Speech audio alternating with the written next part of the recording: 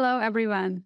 Today we're going to see what is going to happen if White is opting out for Vienna Game. Vienna Game is arising after moves e4, e5. We're always answering e4 with e5. And here, not knight f3, but knight c3 is being played. Definitely knight f3 is a more popular move. From there we can get to the Italian games, to the Spanish, Ruy Lopez, and other possible openings. The idea of White is quite simple. Knight c3, a bit a slow approach, not yet showing what White wants to do. But in the next move, White could go for something like f4 or g3 in case White prefers some slower game. Definitely bishop c4 is also possible. So on knight c3, we are reacting with knight f6 is the most common move, the most common reaction. We are first of all hitting the e4 pawn. It's for now it's defended, but in some lines it's important definitely that we're hitting the pawn, and also we are supporting our d5 push, and it's already there in the picture. In the next move, we would like to continue either with knight coming to c6 or c6 moves. And we're going to see, depending obviously on White's move. So knight f3, this is going to be a pretty short variation, since after knight f3, we're going to play knight c6, and we will transpose to the 4 knights Scotch game. You will be able to find it in that chapter. So bishop c4. Most likely this move is also going to transpose, but there is still one independent line. Knight c6, we're going for most practical choice. And okay, for sure, in this position, knight e4 is an idea already. After knight e4, knight takes and d5, winning back a piece, and we're going to have a better pawn structure, since not pawn structure, but we're going to have better pawns since we will have pawn in the center on e5. So definitely more principled approach. We're going with knight c6. We're trying to be more practical. In case of d3, we're going to transpose the bishop's opening after bishop b4. And after knight f3, we're taking on e4 here. And now we're going to transpose to the 4 knights. Here, knight takes d5. So you can find it there, Scotch game, 4 knights variation. And well, the only move basically which is not transposing anywhere, which brings independent value, is f4. This is something what White sometimes wants to do. And well, in this position, it's pretty important, since we were discussing earlier how can we react on the move f4. Should we take? Should we push d5? Or should we first take and then push d5? Well, the point here is that neither of its options is working. If we're going to take on f4, the problem is that there is always going to be very strong, actually I'm going to highlight it with a red one, very strong e5 at some moment. But for now, White could play something like d4, e5, and well, it's not going to be so good, since we cannot follow up e takes on f4 with a d5. And the same with the d5. In this position, it's not actually possible due to too many pieces targeting the d5 square. That's why we have to come up with something else. These options are not available for us. And we can see that we have a very nice trick. Knight taking on e4 is working. And in the next move, after knight takes on e4, we are having the d5 move, attacking both the knight and the bishop, winning back the material and getting a nice position. Also here we're getting the pawn on f4, so we're winning an extra pawn. Knight f3, bishop d7, and we are ready to finish the development, placing the queen to f6, long castling.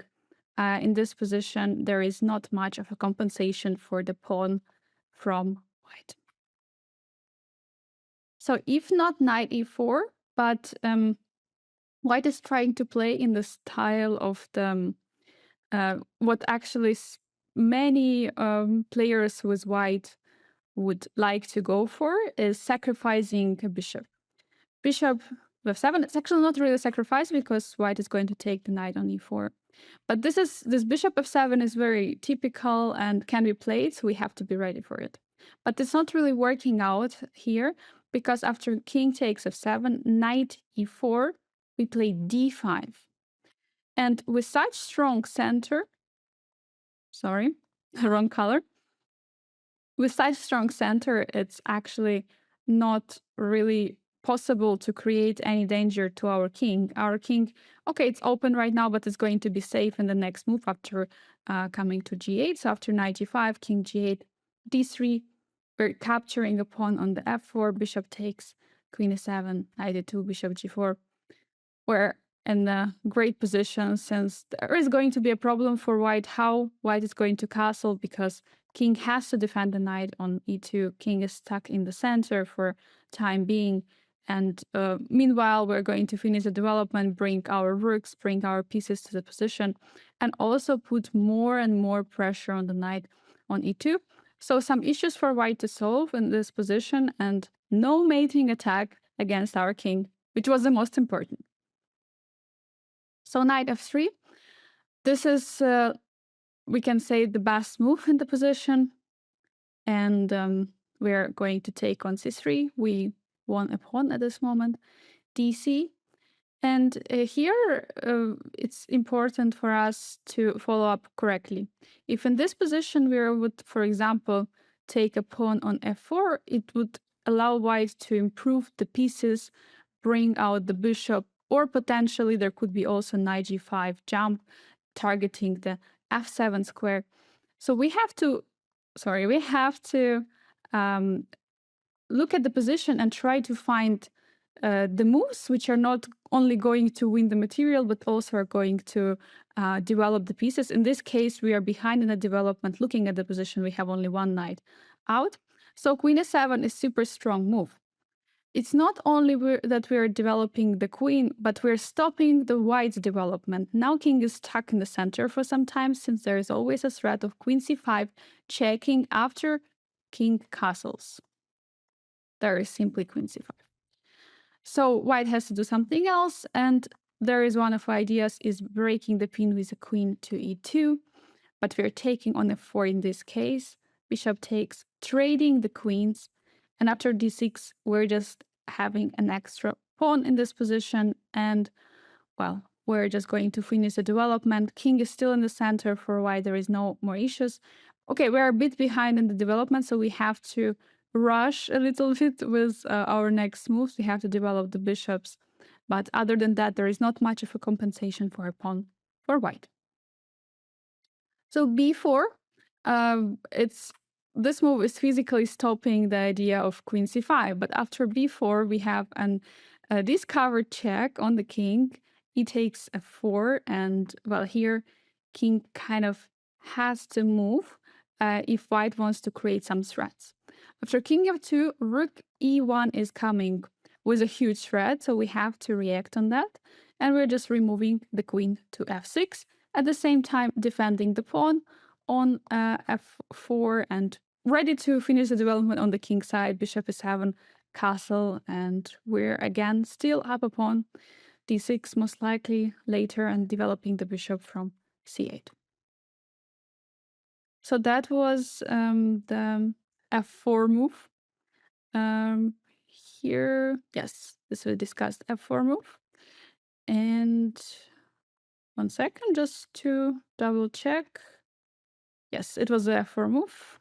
We checked everything. This was actually bishop c4 move as well, because the main line, the only independent line in bishop c4 variation was the f4. So now we're getting into a3 line. Well, first of all, this moves kind of gives the turn to black, kind of passes the ball to us and saying, okay, I would like to play actually reverse colors. We can see that we could get the position of the Scotch game if we're going to go with d5 move. The only thing is that in case we're going to get that position, at the end of the line, it's a little bit difficult to explain, but there is going to be a move knight b4, which we will not have any longer. So that's what this move is aiming against. This move is aiming against knight b4 move. So that's why we're not yet rushing with a d4. And we're just going with knight c6 first. So we're not transposing to the 4 knights this reverse position. So after that, we still threaten to go with a d5, but not under the terms which white is asking us to go for. So bishop c4, trying to, again, put more pressure on the d5 square, trying to hold the square. But this move is not really working. We already know many times, once the bishop is arriving on c4, and we don't have our bishop, this is very important that the bishop is not there on c5, we can capture on e4. Because in case we would capture and the bishop would be on c5, then the knight would target the bishop, definitely. It's very important not to allow that. So takes, d5, bishop goes away, we win back the piece. And after bishop d6, d3, h6, also very nice move. Why is it important to play h6? Well, if we would castle immediately, there is going to be queen h5 targeting the h7 square, and it looks like h6 could stop the checkmate ideas, but after bishop h6, we're actually going to lose due to the huge problems with our king, and taking the bishop is going to be going to be a checkmate in a couple of moves, and if not taking the bishop, we'll be just down the pawn with under huge attack. So that's why it's not really working. So we have to play first the h6 move, and then we're going to continue the development. So let's say queen h5 is being played. The idea is of queen h5, obviously, that castle is not possible due to the same reason, because we're going to transpose to the same position. So we have to play something else, and in this position we have a beautiful move, knight d4, targeting the c2 square, from which we're going to create a fork. So in this position, white's only option is actually to defend the pawn, and for that, queen has to return back. And if queen has to return back, then we're going to proceed with the castle, and so on and so on. And potentially we can also push the f5. We're going to have a very nice position, clearly better in this case. That was bishop c4. So d3 is white is being pretty passive. So first passive move was a3, now d3. Well, too many passive moves in a row. Now we actually can go for the d5. So d5 here, if white would trade on d5, there is nothing special. But after bishop g5, trying to claim something, d4, knight d5, trying to use this pin, and attack the knight on f6. We'll play queen d6. The threat is obviously right now to take on d5. So knight has to take on f6, pawn takes, bishop goes away, and f5. We're in time to undouble our doubled pawns, and we're just having a very nice pawn structure. Later we will have also this pawn joining the pawn structure. Yeah, looks very pleasant position with more space, and looks like some reversed. No, it's not reversed. It looks like something reversed, but but definitely white is having some troubles to develop and to cope up everything with such limited space. So knight f3, basically transposing to the scotch for knights with a strange a3 move. So here we can already go for d5. Again, like many times when we have the d5 option, we have to count on it. We have to try to see if we can do it or not, and we're just going for d5. This position is actually transposing to the scotch for knights. You're going to find the continuation from here in that chapter. That was about a3, very modest move. So let's see what's happening if white is starting with d4. d4 immediately challenging the center, breaking and asking some question to our pawn. Definitely we cannot go d5 here because everything would explode. We would lose material most likely. So we have to do something, and we're taking on d4. So it feels like this position, with this position, we are kind of transposing to the center game. And after queen d4, knight c6, well, if queen goes to e3, bishop b4, we are really transposing to the center game chapter. And after queen d3, the thing is that when we reach this position from the center game move order, then the knights are not on f6 and c3. So that's why the inclusion of the knights, maybe there is some small advantage. I mean, not advantage, but like comparing two positions, maybe it's slightly better for white than previous one. So we're going for d5. We're not stopping this idea, especially when there is a queen on d3, so that after a pawn is capturing on d4, there is going to be a super nice threat, knight b4, targeting queen, pawn, and also pawn on c2. So in case, let's look, there are a few moves, definitely. There is a take with a pawn, take with a knight, also bishop g5, bishop f4. So let's first look at the take with a knight. Knight takes d5, knight takes, pawn takes, and knight b4, as discussed. So the thing is that white cannot really keep the extra pawn. So even after queen e4, queen e7, after we're going to trade the queens, there is going to be a problem either with c2 or d5 pawn. So we're going to win back a pawn. We're going to have a great endgame with at least equal position. Maybe we'll have even some chances there. So ed5, we're going again knight b4, queen e2 check, queen e7. And again, the same situation. There is a problem with c2. With d5, we're going to win the pawn back, and the position is going to be at least equal. So bishop g5 is a bit tricky move because it's first of all pinning our knight, creating a threat of capturing on d5. So we have to react accordingly. We have to be fast here. So we're going forward with a pawn to d4. This is a very strong idea. It's also, I think, this position we have also in the center game. So basically after d4, the problem is for white that they cannot capture anymore the pawn. It's already on d4. And after bishop takes g6, pawn takes g6, knight d5, trying to say there are some weaknesses for black. But we're just in time to play f5, since the knight has to be defended by the pawn. And we're just going to get rid of our weakness. And after playing something like bishop e6, targeting the knight, trading on e4 most likely, bishop g7, we can even castle short, and our king is going to be super safe under protection of the bishop on g7. Wait, it's actually not everything. I just realized there is continuation of the line. So in case, let's say, if knight f3, bishop g7, we can play if knight e2, then okay, bishop g7, the problem is then there is knight ef4, threatening to take and to play h5. So here, bishop e6 with a tempo, and then after knight ef4, queen d6. Now we are castling long. That's also possible to castle long in these structures. I mean, we're castling many times long, actually, and sometimes we castle short. It just all depends on the position. So definitely possibility and slightly better position for black. In case of quick or long castle from white, we're going with bishop g7, king b1, prophylactic move, and then we just castle short.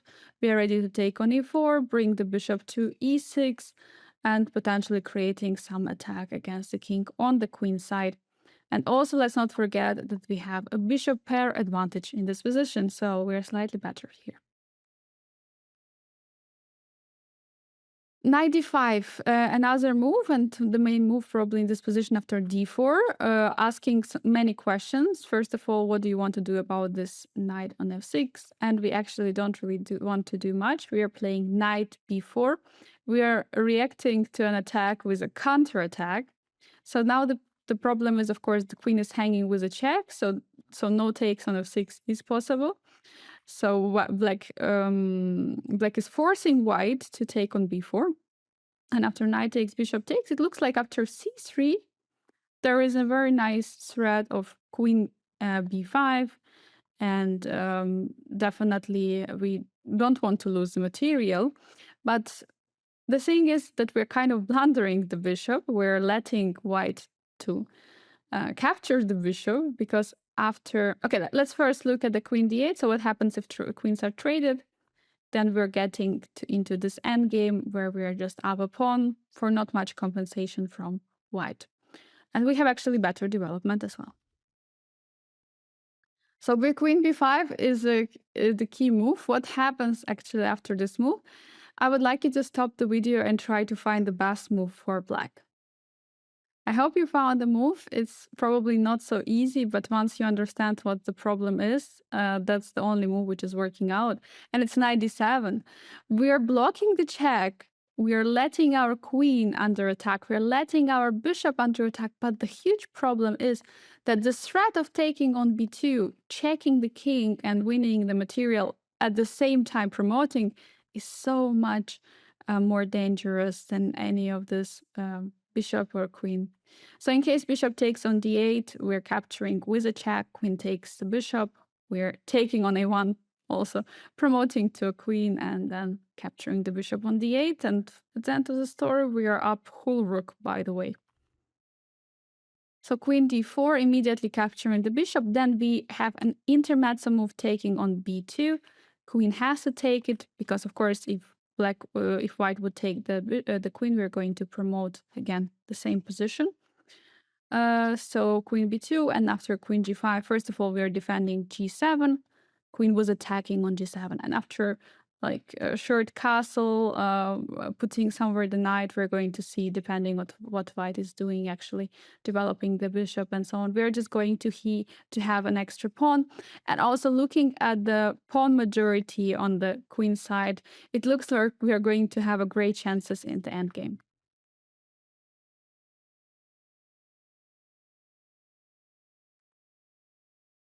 That was a bishop g5 move. So what happens if bishop f4?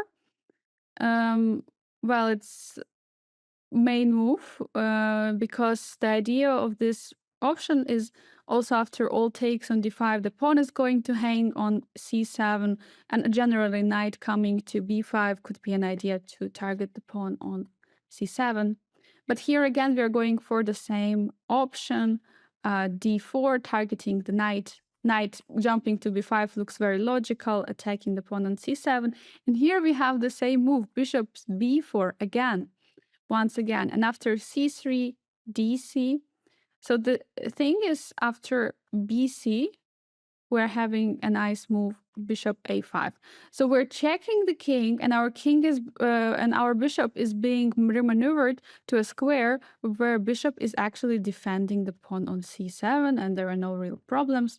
Even after trade king takes, we're actually going to talk about this position a bit later because it's transposed to the main line. So knight takes c7 is a big question. What to do after knight c7?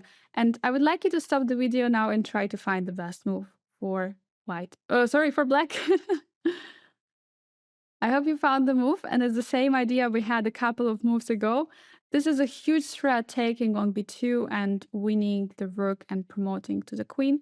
So in this position, queen takes c7, bishop takes c7, cb, king goes away, and we are promoting to a queen. We're winning, well, again, do we have a full rook?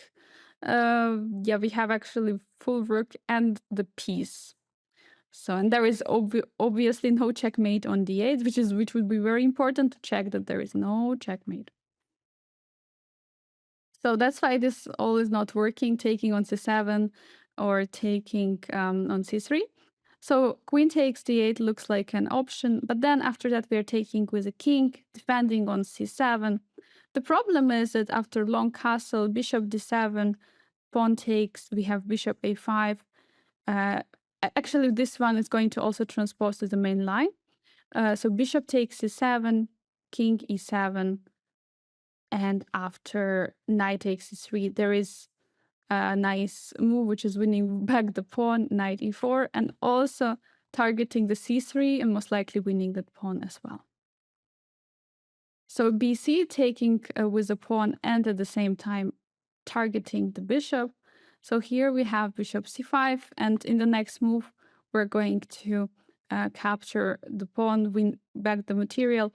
If not, then we are having a better development for sure, and there is a lack of coordination in the pieces for white.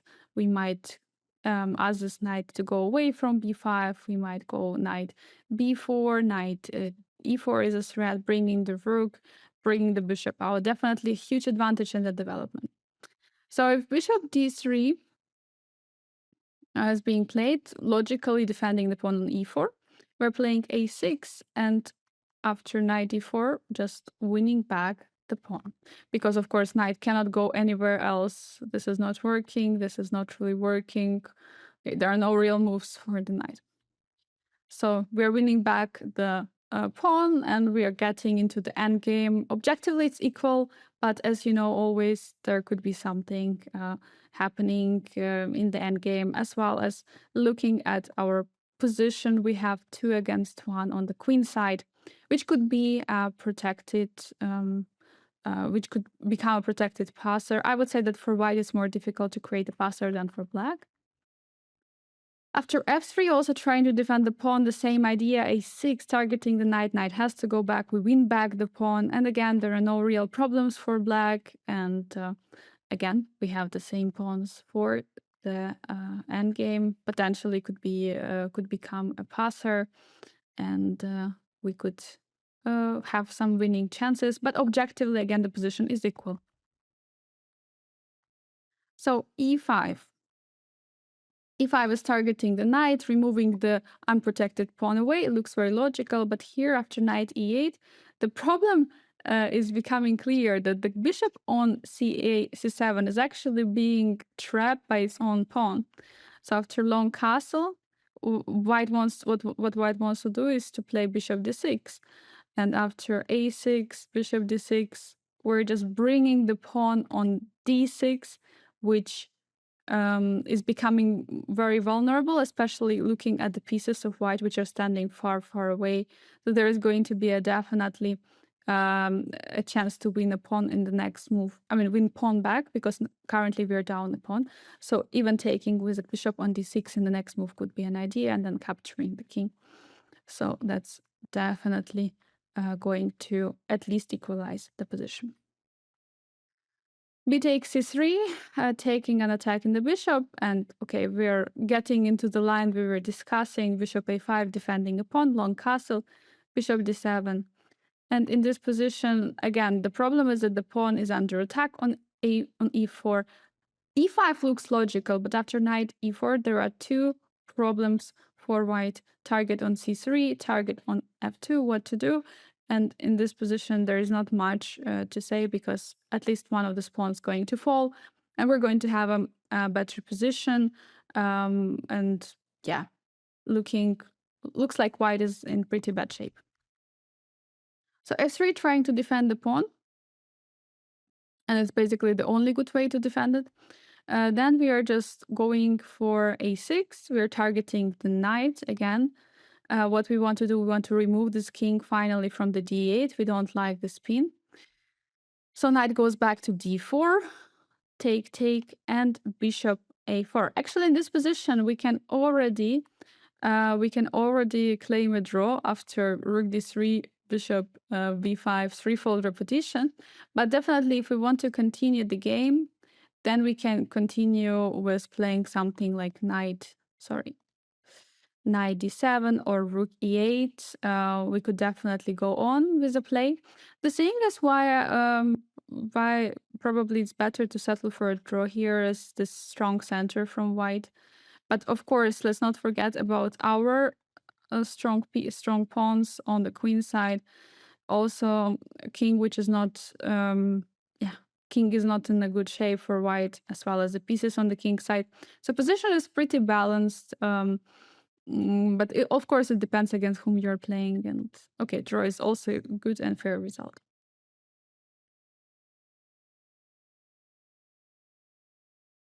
All right.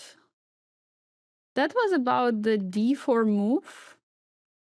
And now we are going into the f4 lines, already straight f4 lines without any bishop c4 or any other moves. So kind of in this position, white wants to play king's gambit, but with inclusion of the knight on f6 and knight on c3. And of course, one of the advantages for white is that there is no queen h4 check in the picture due to the knight on f6. But we know, as we already learned, and we're discussing it in many chapters, and if it's the first chapter you're watching, then we're going to discuss it again. After f4 is played, there are two options we're seriously considering. First option is taking on f4 and playing d5, and the second option is instantly going with d5. And the problem with many lines with a knight on f6 is that most of those lines are not really working with e takes f4 due to the e5 push. So that's why in this position we have to start with d5. Some position it doesn't matter actually, you take on f4 first or play d5, but in this position it really matters, because if we would take on f4, then we're getting into the e5 and there is not a good square for a knight to jump into, also not even g4. So that's why, oh, sorry. So that's why we are going for d5 immediately. So the idea of this move, of course, now white has a few options to react. Definitely there are two takes. There is knight f3, there is d3. We're going to start with a passive reaction. We're going to start with a d3.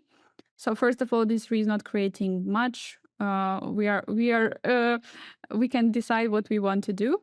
But the most important thing is that we have to understand that after d takes e5, pawn takes on e5 is the very strong move. The problem is that, of course, this is the main idea of this d3 option, because it's not allowing knight capturing on e4.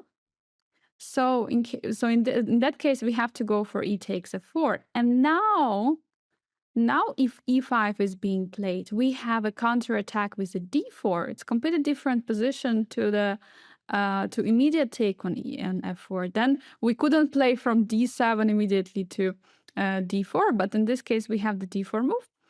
And let's say first knight goes away to e2, then we have knight e d5, also kind of defending a pawn on f4, also creating ideas of jumping to e3. If knight d4, bishop b4, case of c3, we can sacrifice a piece because we are winning material, and it's completely winning position. And after bishop d2, we have knight e3, very beautiful move. Also looks like a winning position for white, for black, sorry, because knight is hanging, queen is being under attack. Also c2 square at some moment. So that's why, knight f4 looks like the most normal in this position. And after bishop b4, king f2, king has to go back. Otherwise, again, there could be some similar ideas of knight coming into the position. So king f2 and now knight c6. First of all, what we did, we didn't allow white to castle. Now white is going to have some issues with the king. We have a nice development. We have a strong pawn on d4. We also isolated the e5 pawn and it's being under attack currently. So definitely better advantage. And soon we most likely going to win even the pawn. So a great position for black. In case e takes f6, taking the knight, we take on c3, bc, and then we take with the queen. Definitely white will not continue taking on g7 due to this problem. So b takes c3 has to be played, and we take on f6. Also at the same time, we defend the pawn, which we captured. And for time being, we're up a pawn. We might lose it soon, but for sure we are already having one piece out in the game. We are ready to develop our bishop and finish the development completely. So what happens if bishop takes on f4? Well, then we have bishop b4. In case of e5, which is a very yeah, important move. You have always to know what you're playing against e5. We have d4 counterattack. Usually e5, after e5 comes d4 most of the time. So d4. So a3 attacking another piece. So we have many pieces under attack in this position. We are taking on c3, pawn takes on b4, and we have knight d5. Very nice jump, targeting everything. Bishop c1, queen h4, g3, taking. Even though our queen is hanging, we're creating another threat, bishop b2. And after queen b4, well, white can resign. E takes f6, capturing the piece on f6. So here we have to react accordingly. We take the knight. And okay, the problem already here that the pawn take would allow the bishop coming to c3. So white has to do something really dynamic and fast. So queen e2 check is the move. Bishop e6, we're stopping the check. Long castle, cb, king goes away, trying not to open up too much. And okay, king taking on b2 would be very dangerous due to all the checks with the queen and open position. And we are playing short castle in this position, and we're ready to continue the game. Definitely in this position, we're so much better due to the location of the king, to the safety of the king. Our king is much more safe than white's. All right. So what happens after e d5? Well, it's not that challenging or not that questionable, because after knight d5, we create even more pressure on the knight on c3. Bishop d2 trying to defend the knight, but after bishop takes, pawn takes, we are doubling and creating problems in the pawn structure. After short castle, we are already finishing the development. White's king is still in the center. Rook e8 is a threat, finishing our development in a couple of moves and bringing more problems for white. So this was all about d3. So more more solid, more calm move, so to say. So let's see what happens after knight f3.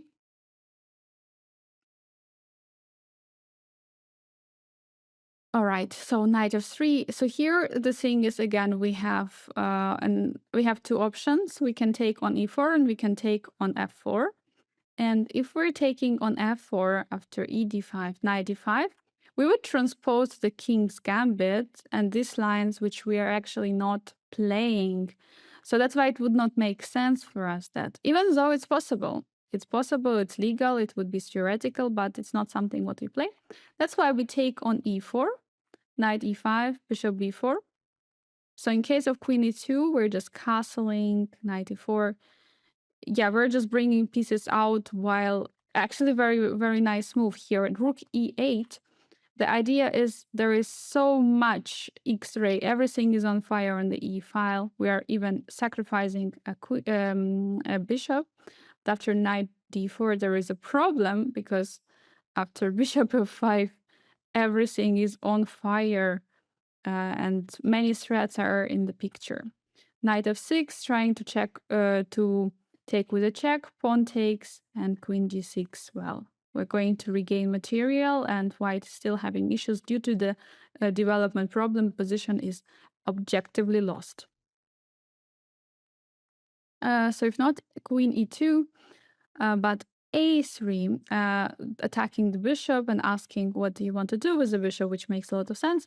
Bishop a5, we're going back. We're still keeping eye on the knight, potentially. And after queen e2, in this position already, queen is again targeting the e4 square. We're castling, knight e4. We're letting white take the pawn on e4. And here we play knight c6 again. Development is over everything in these lines. So after c3, we have rook e8, and we have similar positions which we had already before. We didn't sacrifice a bishop in this position, but we sacrificed the pawn, and we're much better developed than white. Bishop c4 looks like a normal developing move, but after castle, knight c6, Again, we're finishing the development of why white has some issues, what to do with the bishop on c1, rook on a1, and we have free hands. We can develop the bishop from c8 freely. We're also targeting some pieces. Bishop c5 could be also kind of a threat, bringing the queen at some moment somewhere to h4 and create attack against the white's king. So ed5 is a move which is not really popular, but it's possible, it's legal, but it's definitely possible. Because, for example, if the opponent is prepared maybe against this line, maybe he can go for this. So knight takes d5, not really a question. We are introducing a threat of queen a4 in the picture, taking the pawn with the knight. So now the problem for white, they have to deal with it. And there are a few moves. Let's start with queen h5. So queen h5, first of all, looks a bit strange. Okay, it's stopping queen h4 idea, creating a threat on e5. But after knight takes f4, queen e5, knight e6, the position is just great for black, because in the next move we are ready to jump with knight c6, developing our knight. Bishop can go to d6, we can finish the development, and again, white is still suffering with most of the pieces standing in the first rank. Knight takes d5, trading the queens. Fe knight c6, we're just continuing targeting the pieces and the pawns, sorry, and developing our pieces. We are all in for the development. That's actually the topic of this chapter, and also many others that we would like to develop. And sometimes at cost of some material, it could be a pawn, it could be sometimes even a piece, but we are ready to pay this price and keep the opponent's king in the center, keep better development. So bishop g4, pinning the knight, very logical. Bishop e2, immediately breaking the pin. Knight e5, taking back the pawn. Bishop c5 was a check, king h1. The trade is happening, and after short castle, well, first of all, these pieces are standing. Even queen is not very active, although the queen can go out in the next move, but the pieces are not active. We are at least slightly better in this position, and we're not even down material. Our rooks are going to come. It's not clear if the rook is going to stay on f1 or on f8 or come to e8, but definitely we'll get the other rook out and have better position due to our development and activity of the pieces. It is super important, very important, the most important, even more important than the material advantage. So what happens if knight f3 is being played? Then again, if we take on f4, we would transpose to the king's gambit, so that we don't want to do. But in this position, we can take on c3, and after bc, we can take on f4. Again, a question that if white is in time to take the pawn or not. So in case of bishop c4, continuing normal development, there is a check. And the problem is that we are trying to keep the king in the center. So queen e2, queen takes, king takes, and bishop d6, defending the pawn. And in this endgame, white has to do some very nice work to get back the pawn, but most likely the pawn is going to be defended by black. So bishop e2, bishop goes back, then bishop g4, creating a threat of taking on f3. So castle has to be played, definitely. Knight d7, d4, and g5. So we are in time to defend the pawn right after it being attacked. And now we're also, this g5 move is pretty important and useful. To remember that if we haven't castled yet on the king side and we have opportunity to castle long side, we might play this move. Even though it feels like a weakening move, if we don't put the king there on the king side, then it doesn't really matter. And we can create with a g5 move, we can create also attack later with h pawn or f pawn as well. So that's a great idea. In case white is going immediately for the pawn, we still could try to defend it, especially since the bishop is developing on d6 and at the same time defending the pawn on f4. Queen e2. So king f8 is an interesting option, but I would recommend queen e7 because after a queen trade, bishop d3, h6, we are again in time to defend the pawn on f4. If it's being attacked, still up a pawn, it's and also the better pawn structure for black. Objectively, it's like more an unclear position. Maybe there is slight compensation, but it's not really visible for now. Because our pieces, even though they are standing right now on the back rank, they're going to be developed pretty soon and very quickly.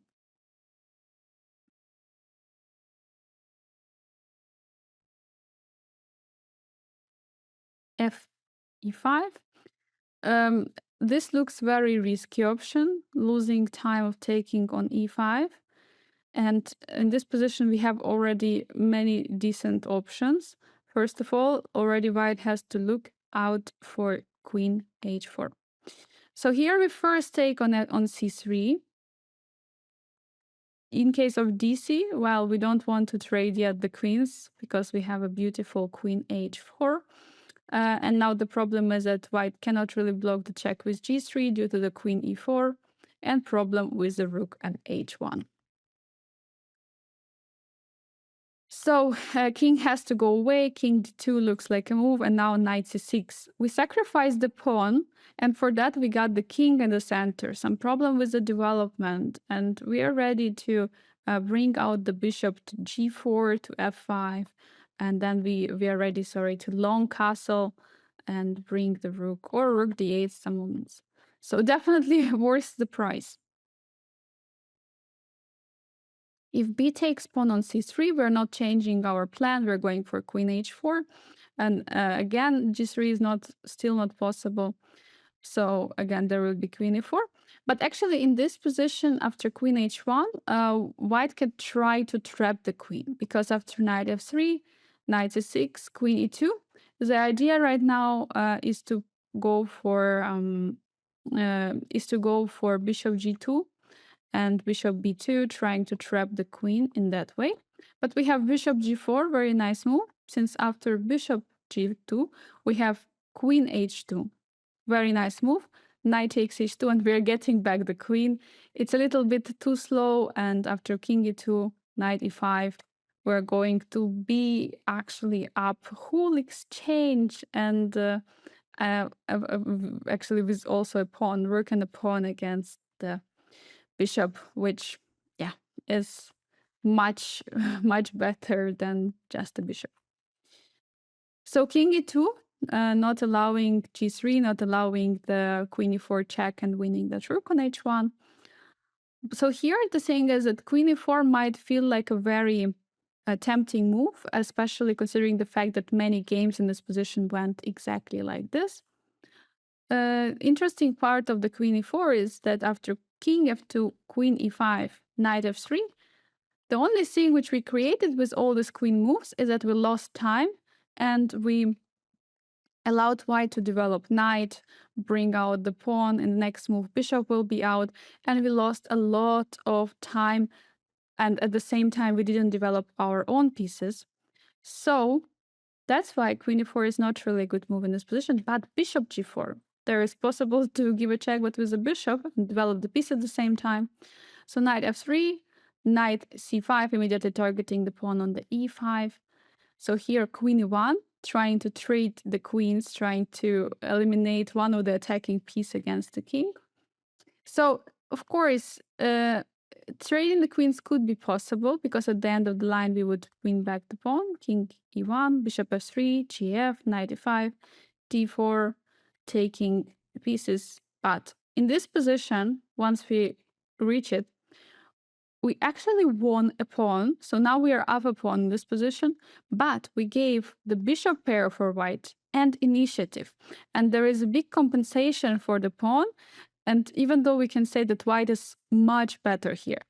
But that's why we shouldn't rush. We shouldn't rush to take material back. And generally, in these lines, in this chapter, and also some others most likely, we shouldn't rush into getting material back as fast as possible. As the most important is development, the activity of the pieces. If we can keep the king in the center, we do it for a pawn. So in this case, we just go back with the queen to h5, putting even more pressure against the king, putting more pressure on the knight on f3. And well, here, of course, another threat is knight coming to e5, taking the pawn. So d4 looks very logical, defending the pawn. But after long castle, again, we can see that we almost finished the development and the king has some issues. King f2, going away from the pin, but after f6, we are basically just opening up the position. And well, this actually transposing to the d4 long castle move order, which we're going to look just in the moment. So, oh, 1 second.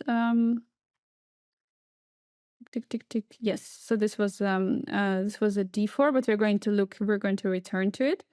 So king d1, going back, and it's very funny that king and queen changed places in the position, but unfortunately for white, it's not a Fischer random because white will not be able to castle any longer. So yeah, it's pretty sad. It's pretty sad. But we take on f3, pawn takes, queen takes, so now we won back the pawn. We didn't trade the queens, which is important, and after queen d5, we're going to have a long castle. We will have the bishop to develop, let's say somewhere on c5, looks very logical. Also, pawn on e5 is hanging, let's not forget about that. Looks like a great position, and definitely at least a slight edge we have here, but I would say huge initiative and attack incoming against white's king. So now we're going to transpose the moves which we already looked at.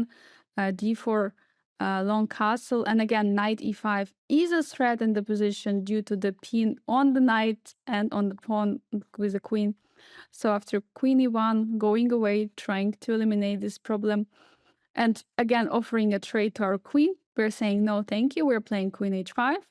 So now we're transposing to the position king f2 and f6. We're just trying to break the position since king is in the center, and we have all this time advantage, development advantage, activity of the pieces advantage. In case white is trying to take on f6, then we are capturing on f3. gf, queen h4, capturing back on f6, then developing the bishop, and the threat, of course, is going to be rook e8, and the position. The other rook could go to the f8 square and creating more and more problems and putting more pressure on the king. Position as looks like pretty much collapsing for white. Queen e6, intermezzo check. We have to go back, definitely, gf3, and now after queen h4, definitely we're not taking on f6 with the queen, but we're taking with the pawn. Let's not forget we're still down material, but the problem is we can be down a pawn, but white's position is down a king, because the king on g2, okay, there is already a huge threat, almost like checkmate of rook g8 in some moments. So, okay, right now it's not really a problem for white due to the holding the square, but after bishop d6 or any bishop move, rook g8 is going to be a huge threat and big problems on the king on the g file. Position is collapsing for white. Bishop b5, trying to develop the piece, put some pressure on c6, also defending in a way the pawn on e5. But here we take on e5, bishop takes c6, pawn takes, doubling the pawns for us. And here, in case queen takes on e5, it is going to give a very nice tempo for black, sorry, after queen g6, we're targeting the c2 pawn.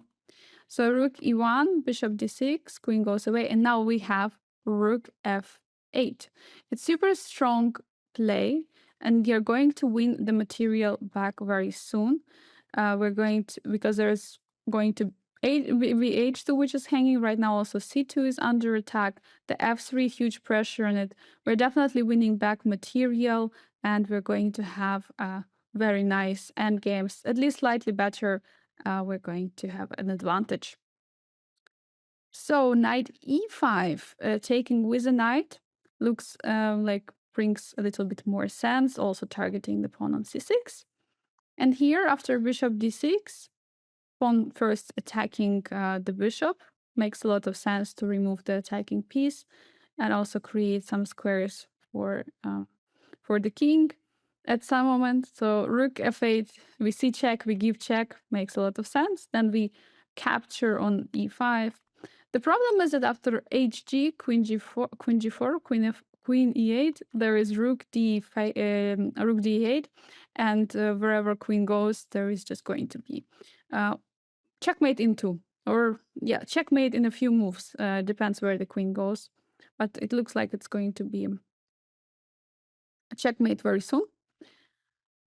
So let's say queen takes e5. One of the interesting moments as well, that we shouldn't be afraid of trading the queens, even though we are down material. In this position, we are down a pawn, but the position is very dynamic, very concrete, so very forcing. After takes rook d1, king h2, rook h1, rook f1 check, and here bishop e6. After king g3, rook d1, and okay, the problem is for white definitely that there are weaknesses in the position, and well, we're down a pawn right now, but we are going to take the pawn on e5 at some moment. It's going to be also not so easy for white, but most likely white is going to be able to make a draw due to the fact of the opposite colored bishops. But even if white is doing it, there is still a long way till white is defending this position, and till that moment there could be some mistakes which white is making.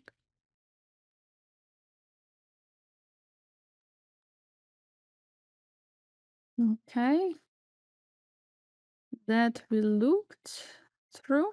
So we looked at the e takes d5, and now we're going to the main line, which is f takes e5 in this position. So definitely now, since the pawn is already on d5, we can capture on e4, and definitely the knight on e4 is a very nice piece, and we already creating a threat of queen h4 with no g3 possible. So knight on e4 is a very beautiful piece. There are a few moves of how white can deal against this position, and well, definitely there is a queen e2, queen e3 moves. Let me point it out like this: queen e2, queen e3, d3, knight e4, and also of course knight f3. Almost forgot. Yes. So let's start with queen e2. So in case of queen e2, here and the problem for us that after queen h4, g3, knight g3, there is this very nice move, queen f2. And after knight f5, queen h4, we're actually having already some issues in this position. So we don't want to do it. So we have to play knight c6. But if knight e4, knight d4 intermezzo, attack on the queen and the pawn on c2, queen f2, de, d3, bishop c5, we put more and more pressure. Now knight c2, very beautiful move. Queen c2, we're winning back the pawn. Right now material is a bit messy, so it's tough for me to understand, but it looks like we are up a pawn. But even if white is capturing a pawn on e4, then we're going to have much better position, and actually according to computer it's already completely winning due to our development and beautiful pieces. Knight f3, stopping the idea of queen h4, and also yeah, and here we go with bishop f5. We try to defend the knight as well on e4. If queen b5, trying to target d5 and b7, we have a nice idea of a6. And the problem is that taking on b7, we're going to have knight b4, targeting the pawn on c2 again. Knight b5. And here, if we take on d5, we're actually winning a piece. So the problem here, wait a second.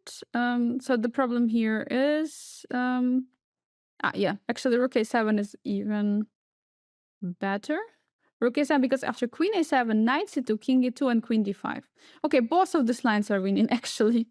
Now that I'm looking, yes, now both of the lines are winning, but looks like the rook a7 is a bit more convincing to me. Yes, it looks more convincing. Also, king is in the center, but it doesn't really matter much because it's yeah, everything is bad already here for white. So what happens if queen takes on d5? Well, then we have knight b4.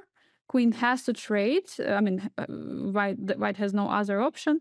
And after bishop d3, we play knight d3, cd, and knight c5. And now, okay, black is again having huge activity. White has issues since the knight is entering the position. And that's why d4 has to be played to try to somehow cope up with whole position. But after knight d3, king e2, bishop e7, we have again big development in the position. Even though we're down a pawn right now, we're ready to castle on the next move, push f6, open up position against the white's king. Even though we traded the queens in this position, this looks like a winning endgame for black. Looking at the pieces, looking at the bishop, poor bishop standing on c1, again, having zero play. And our active pieces, yeah, also bishop pair. Let's not forget about the bishop pair. So d3 targeting the knight looks logical because it's ask our knight, what do you want to do? And we are definitely taking on c3. And very thematic idea in this chapter and also generally is going for the d4. White would like to go d4 themselves, trying to connect all the pawns and create a nice pawn structure. But we have a chance in a few moments to stop it with a d4. And with d4, we are isolating the pawn on e5, making it more vulnerable. And yeah, basically just ruining the structure for a white. So in case of bishop b2, we're taking on c3. If bishop takes, queen d5. So yeah, after taking on c3, our queen is very well located on d5. It cannot be really challenged with c4. And the next move, we're going to develop the bishop, castle, long or short. It's also possible, but mainly long, definitely. And as always, we have a better development, and we are not even down material here. So c4 is another option, taking away a square on d5 for the queen, but allowing us to keep our pawn on the d4 square. So here bishop b4 check is already there, bishop d2, and now bishop g4. There are pins coming from all the sides. Position looks definitely slightly better, at least slightly better for black due to all the development and activity of the pieces. That was queen e2. What happens after knight e4? Well, knight e4, de. If queen e2, targeting it, bishop f5, defending the pawn, queen b5, knight d7. We are giving a pawn on b7, but after rook b8, queen c6, bishop c5. Looking at all the pieces working together, the pawn on e4, us being ready to castle, definitely a good price to give. Actually, wait, in this case, we're down. No, we actually down one pawn, only one pawn. I wanted to say that maybe we're down 2 pawns, but even giving 2 pawns for such an activity, such an active position is nothing. So d4, ed, we have to take. We cannot allow this pawn structure. Take, and queen h4 check finally.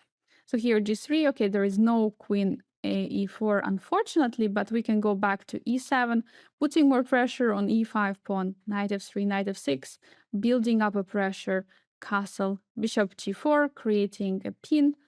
Again, problem for white on e5, and we are ready to long castle in this position.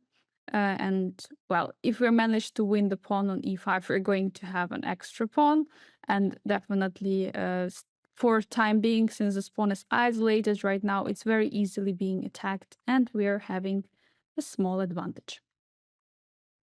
So d3, targeting the pawn, the knight immediately, and asking, do you want to trade on c3 or not? And we do want, because after queen h4, we could have gone for this line, but it's getting very complicated and super messy. After g3, knight g3, knight f3, queen h4, queen h5, we have to go away. Knight d5, creating ideas of taking on c7. We're, of course, accepting the material. Knight c7, taking, bishop g4. Well, in this position, it's not much is clear, and the problem is that if we don't remember the move, f6 in this position, then the position could be already better for white. So this is the only good move for black, and this move holds the quality.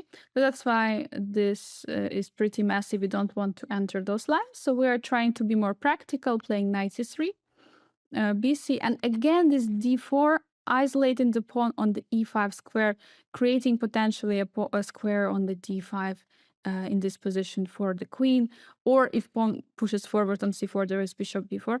So this is very nice idea and thematic concept throughout the chapter. So in case of bishop b2, we're taking the pawn because there is, of course, a huge threat of taking. We have to do it. We have to take. And then knight c6, we're going to bring the queen to d5. Bishop is going to go to c5. Most likely bishop g4 up because knight will have to land on an f3 square, and well, we're going to build more and more pressure against the e5 pawn, most likely long castle. And yeah, next moves are pretty easy to be played. We're not down material even in this position, but we can win a pawn on e5 at some moment. So cd4, then we are taking with the queen, we are happy. Rook b1, and here bishop b4 again, check, bishop d2. And actually it's very interesting, this bishop b4 check, we are going to see why it is needed, why we need the bishop on d2. We're going to see it later in the line. But basically, yes, this move is like provocating. It's a provocation, bringing white so that white brings the bishop on d2, and after bishop c5, okay, definitely there is a checkmate threat. So queen has to go on e2, defending queen h4, g3. Now queen a4, it's a double attack, and now due to this bishop on d2, the queen cannot defend these pawns. So yeah, we're going, one of the pawns at least going to fall. So yeah, a pretty nice advantage for black in that position. So c4, first of all, removing the square from the queen looks very logical, and yeah, holding still some position. But okay, we have a very nice pawn on d4, and we haven't moved bishop b4 as in previous line. Bishop d2, queen e7. And we're defending the bishop at the same time, attacking the pawn on the e4 square.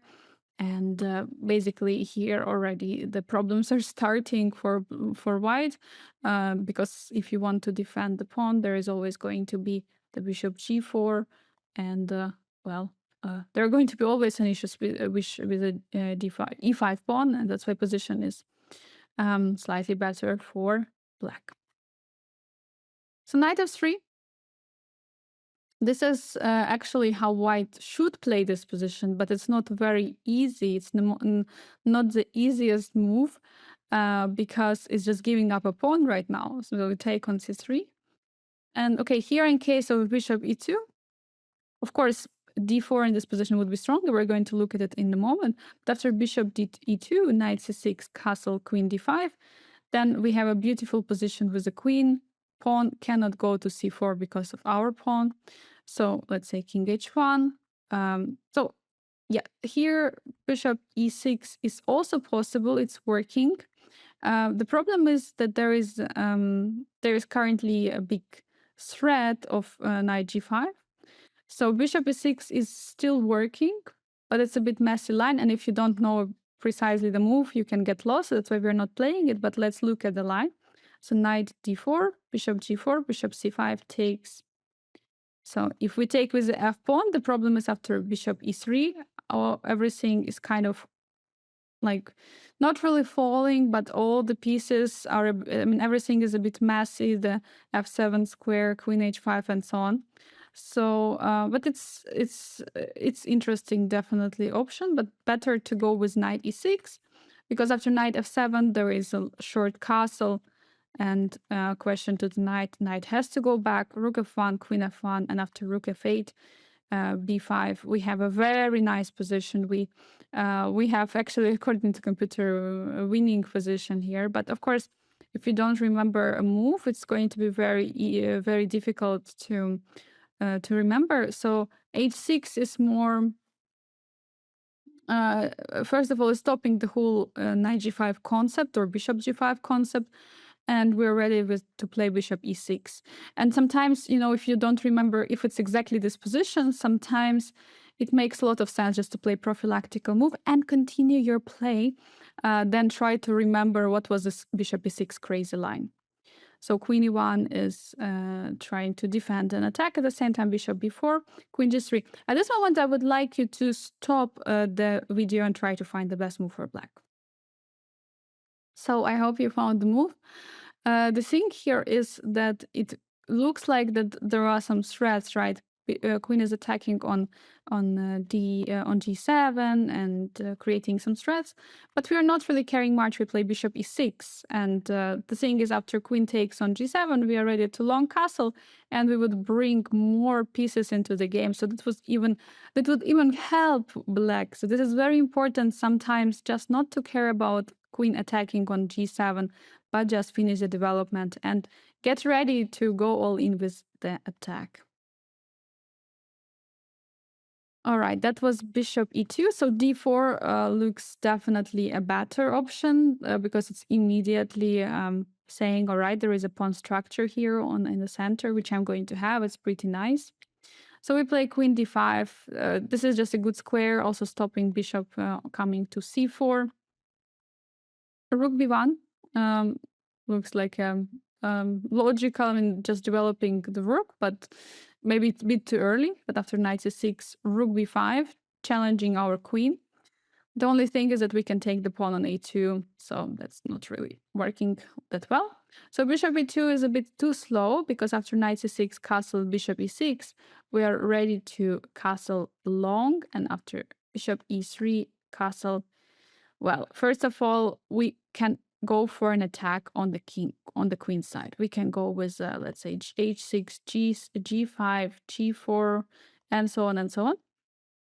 So we can create attack on the king side, or we can go with an interesting idea, bringing the bishop to b2 and kind of stalemating the white and on the queen side. In case, for example, white wants to create some attack. Okay, also something like queen a5 is always an idea, just removing the queen, attacking the pawn on a2. So this position is clearly better for black. Bishop d3. Okay, so first of all, there is an idea of queen e2, so that there is a bishop coming to the e4. In case we are letting it happen, definitely we are not, because we're playing knight c6, immediately targeting the d4 pawn. And now, of course, in case queen e2 would happen, we are going to take on d4.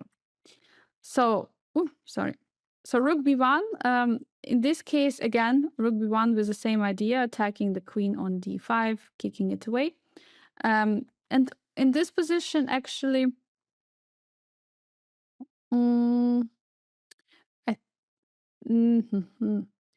maybe it's not in this position. Yeah, I saw that we could allow this rook b5, but maybe it's coming a bit later.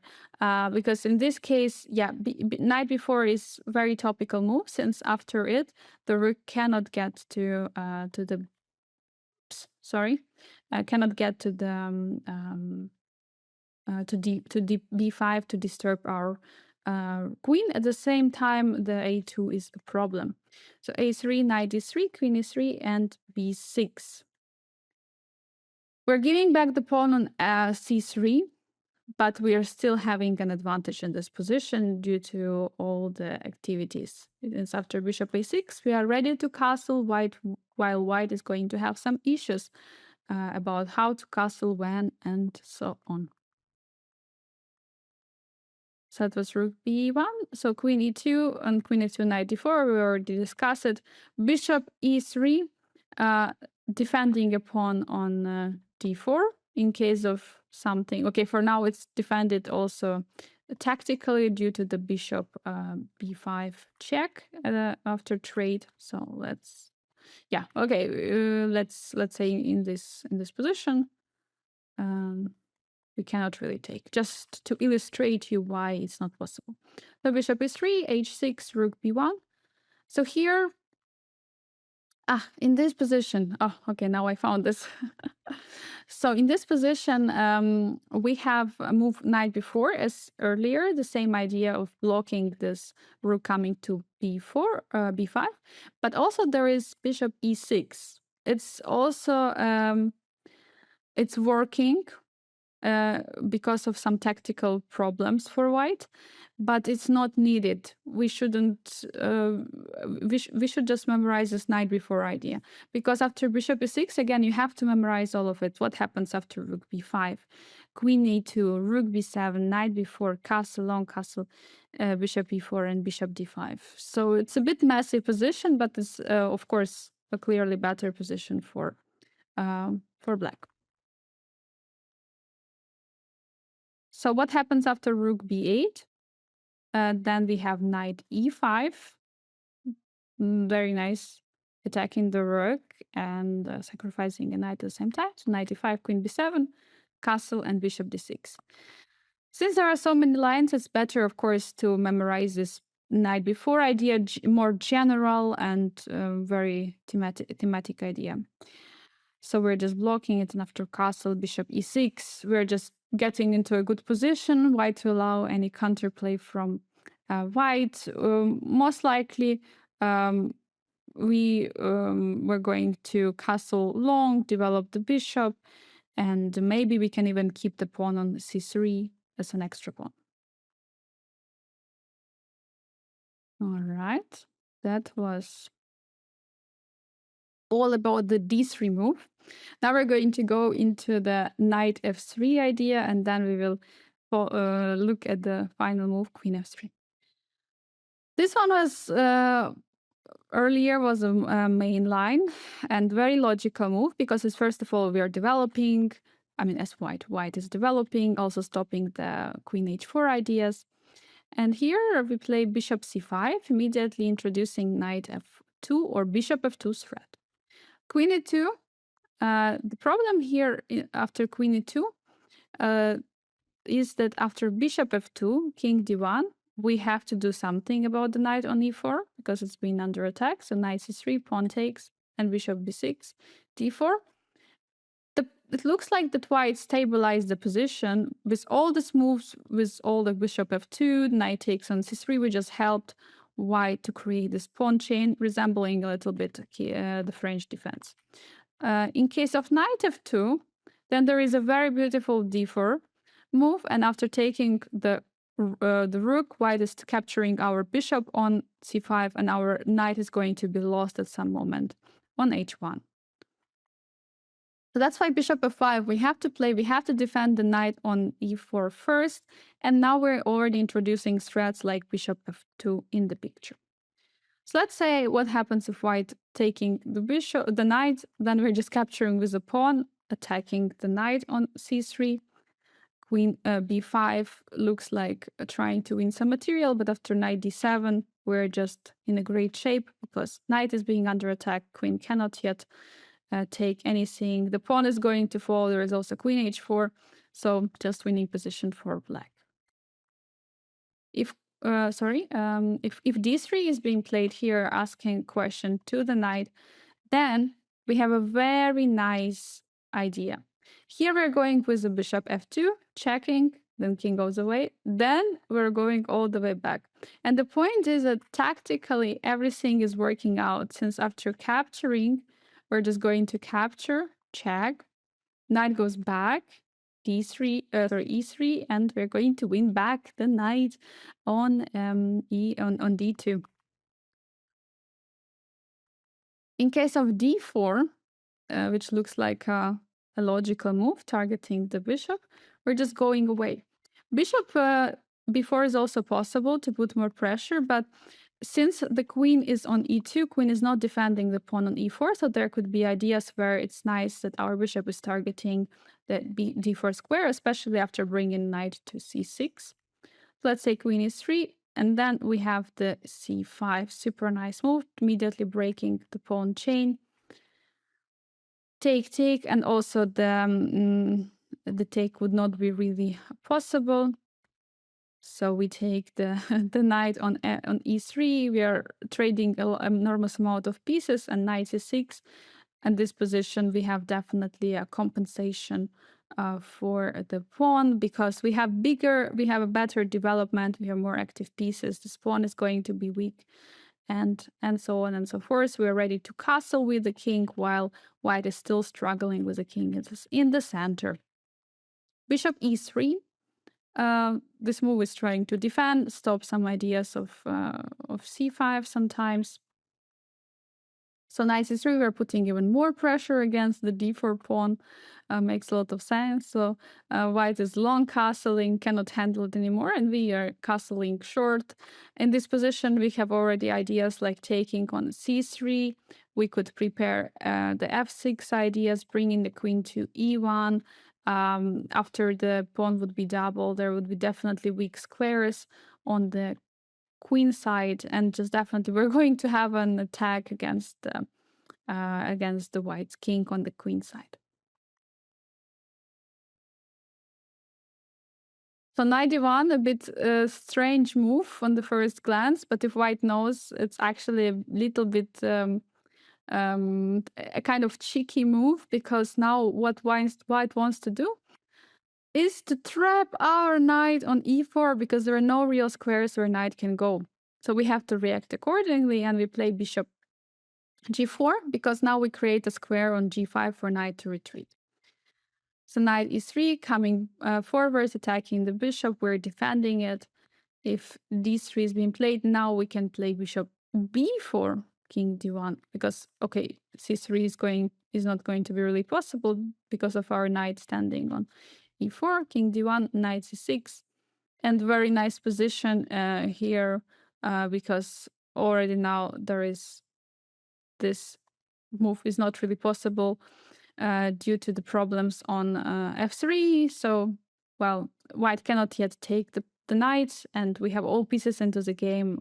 According to the computer, it's actually already winning position. So c3, trying to prepare the d4 push in this position. But yeah, black is just so much better, can sacrifice everything. So knight c6, d4, and we are ready to sacrifice the whole piece. Bishop d4, great move, cd, knight d4, and actually after taking on f3, queen h4, white is completely lost in this position. There are so many ideas in this position. White just cannot hold everything. So d3, immediately targeting the knight. Then we can take on c3, queen takes, and now playing knight g5. And our knight is going to go back to e6, super nice square. Well, let's try to see some lines. Let's say white doesn't want to handle this knight, so takes it with a bishop, queen takes, queen h5, queen d5, and knight d7, defending the bishop. c3, long castle, and well, black has a big play. Also, rook is already out on the d file. Yes, definitely a huge play for only one pawn. It's not even a compensation, it's already much better position and almost a winning advantage due to all the active pieces in the position. Again, also f6 could be played, but I would guess that the pawn would be falling very, very soon. Queen f5. Well, in this position, first of all, it's a threat targeting the knight on g5. So we have to go back. We have to go back and creating another threat, knight jumping to the d4 square. c3, trying to stop this idea, and we are attacking the queen g6, queen f3. And now again, the similar idea we had earlier, when white is ready to go for the d4 move, we're stopping it and playing ourselves d4, isolating the pawn on the e5, breaking the connection between these pawns and the pawn on e5. We're not allowing this very beautiful pawn structure. So in this case, we're also grabbing more space and letting white be more more passive. But in this position, exactly here, there is also opening up the opportunity for white to take on b7, but we're not afraid of it because after knight d7, we're ready to capture on e5 at some moment, ready to castle, bring the rook out. Our pieces are more active. King has some troubles. King is still stuck in the center. And even though we sacrifice the pawn, we either going to recapture the pawn very soon or we're going to have a big attack, huge initiative, and big winning chances. So that was about queen e2. So now we're going to look at the most common move. Here is d4, or like the normal move, the most common one. Yes, d4. So here we are going for the bishop b4. It looks like we lost the tempo with the bishop c5, but actually now there is a threat of attack, of taking on c3. Because before, if we play bishop on b4 immediately, then there is no pin, right? Doesn't make any sense. So that's why it was kind of a provocation. And now there is a threat for white. White has to handle it. So queen d3, if queen d3 is played, it's a little bit strange move. You don't really want to defend your piece with a heavy piece, light piece with a heavy piece with a queen. So we just castle short, bishop d2, bishop f5, creating already some threat. So queen had to go away. And after knight d2, queen d2, c5 is already a great move. We are going to attack on the dark squares right now. Taking is going to completely destroy this nice pawn structure which white had. We're going to have knight c6 next. These pawns are becoming targets. Our pieces are coming out, creating more and more threats in this pawn structure as well. So bishop d2 looks a little bit like makes more sense, but here we have c5. So in this position, actually knight e4 was a big threat because let's say we play some random move. Let's say we castle, we don't care. The knight e4. The problem is that after taking on d2, the knight goes back and we would lose a piece. So probably we would have to take on e4, but after bishop takes b4, pawn takes, there is a take already on f8, but that would already be very, very bad. So we have to do something, and with the move c5, not only we are attacking on d4, but also we are defending the bishop on b4. Here there are quite a few moves for white. So knight b5 is one of the options because idea could be potentially jumping with knight to d6. If knight d2, the problem is knight d6 check, king f8, and after knight d2, well, it's definitely it's possible to go for this move. Position is a little bit messy, and I guess actually knight d2 is the best move according to computer. But after bishop d2, knight d2, castle, we are not allowing knight coming to d6, and after knight d4, pawn takes, d6, queen g5. We're getting into the position where we are again down a pawn, but we have a big compensation for it due to all the active pieces. What happens if d takes c5? Well, the pawns just got separated, which is not so good for white, but what to do? Knight c3, bishop c3, we're immediately creating the triple pawn on the c file, and after queen a5, targeting both of the pawns. The position looks like it's collapsing. Even if white is trying to take something, they have to always count with queen c3. So it's not going to be really possible. And, well, position is at least slightly better for black. So knight e4, taking the knight, now is trying to trade a couple of pieces. So we must take, obviously, the knight. And after c3, we have very nice e takes f3. In case of c takes b4, we have queen h4 check, and after g3 check with a queen to e4, queen d4, and we're just like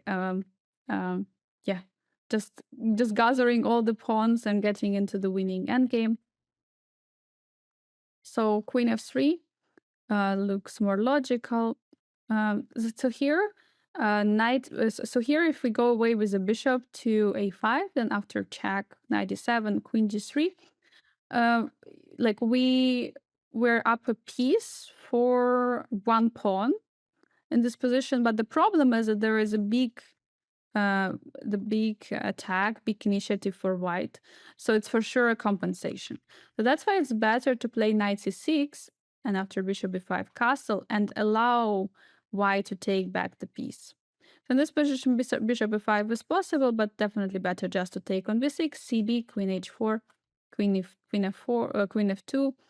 So we're just giving some checks. We're again trading the queens, even though we're down the pawn. Okay, now we win back the pawn.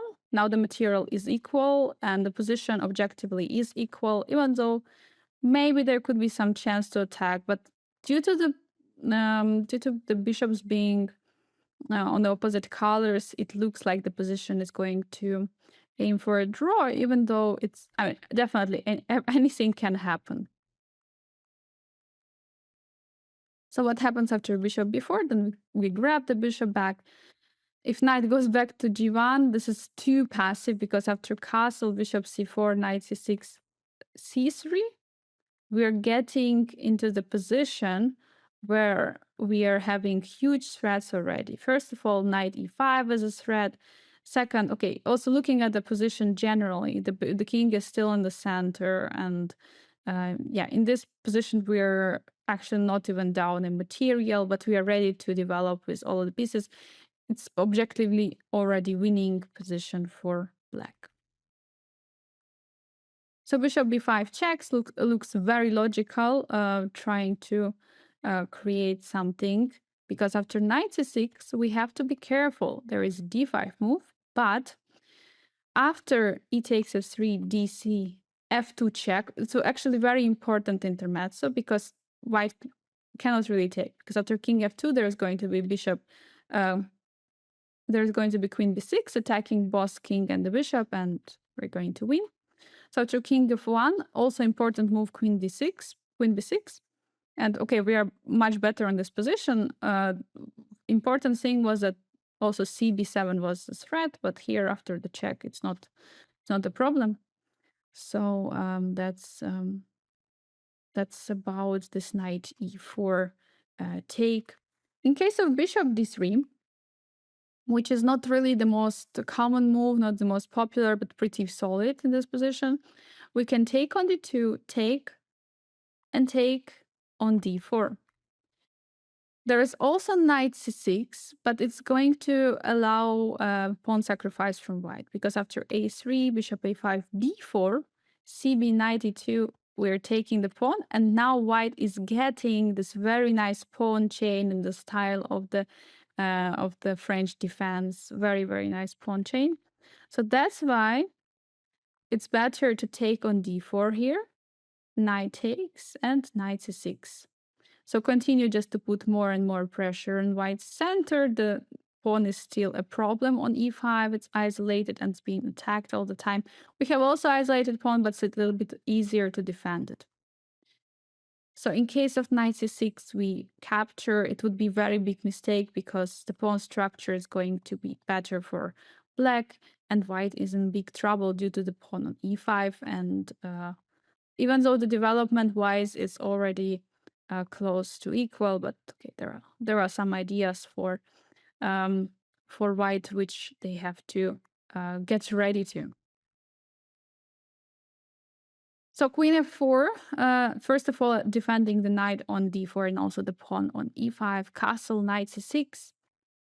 We have very important moves. So in this case, our bishop is being attacked, so we have to take on c3, take on c6, castle, and bishop e6.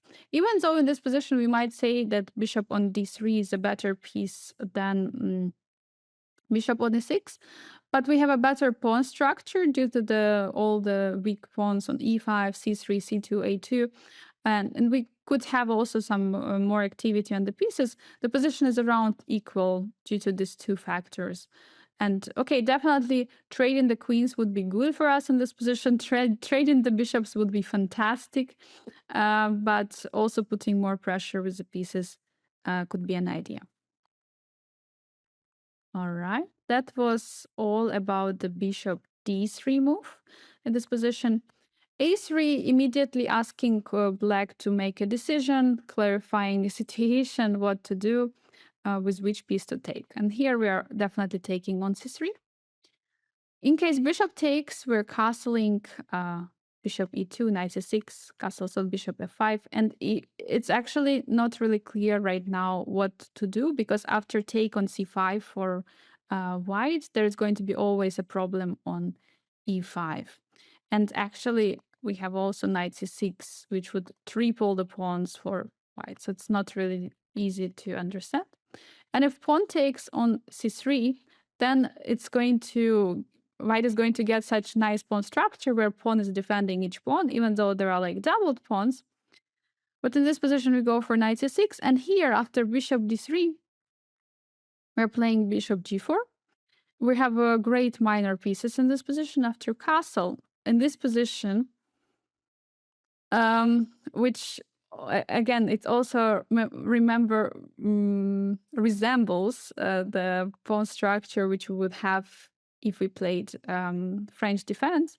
But in this position, taking on d4, we were going to just to help white getting very nice pawn structure.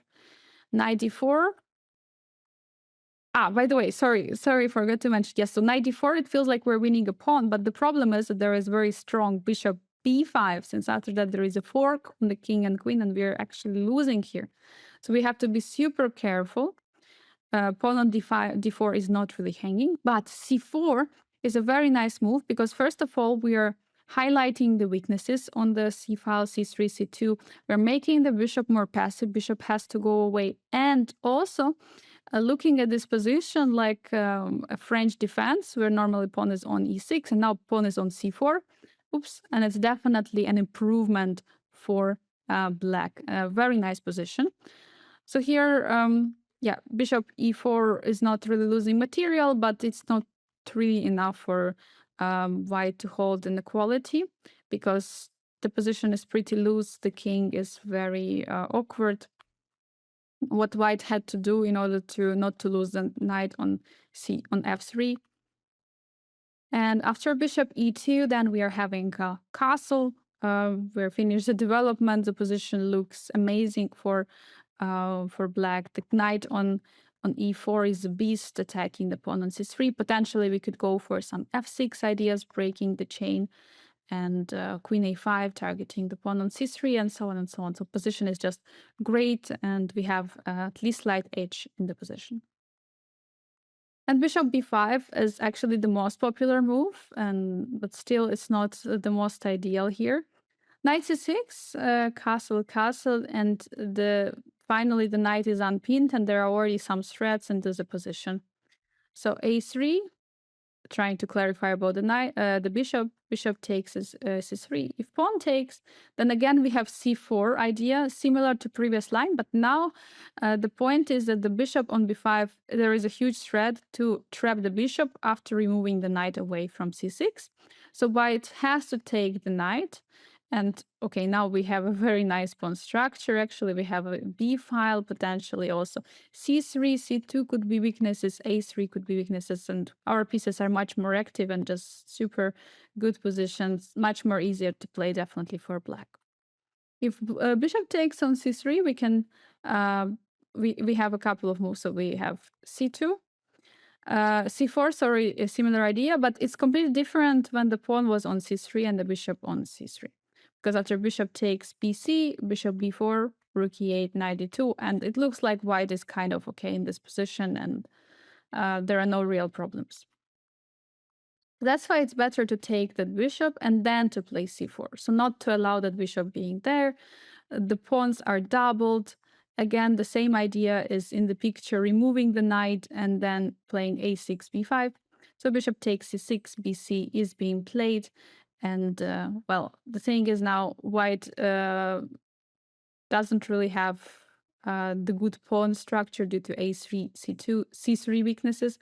Our bishop is coming to f5, queen to e7, trying to attack rook to b8, potentially on the b file, going to be creating an attack. So yeah, great position for a black, very comfortable play.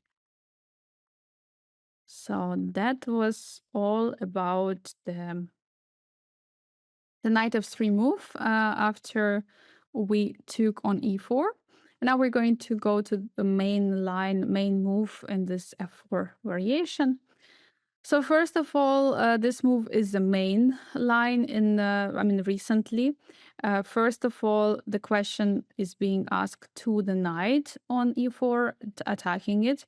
Queen is attacking, knight is attacking. Also, queen is supporting the g3 push, so there is no knight g3 possible.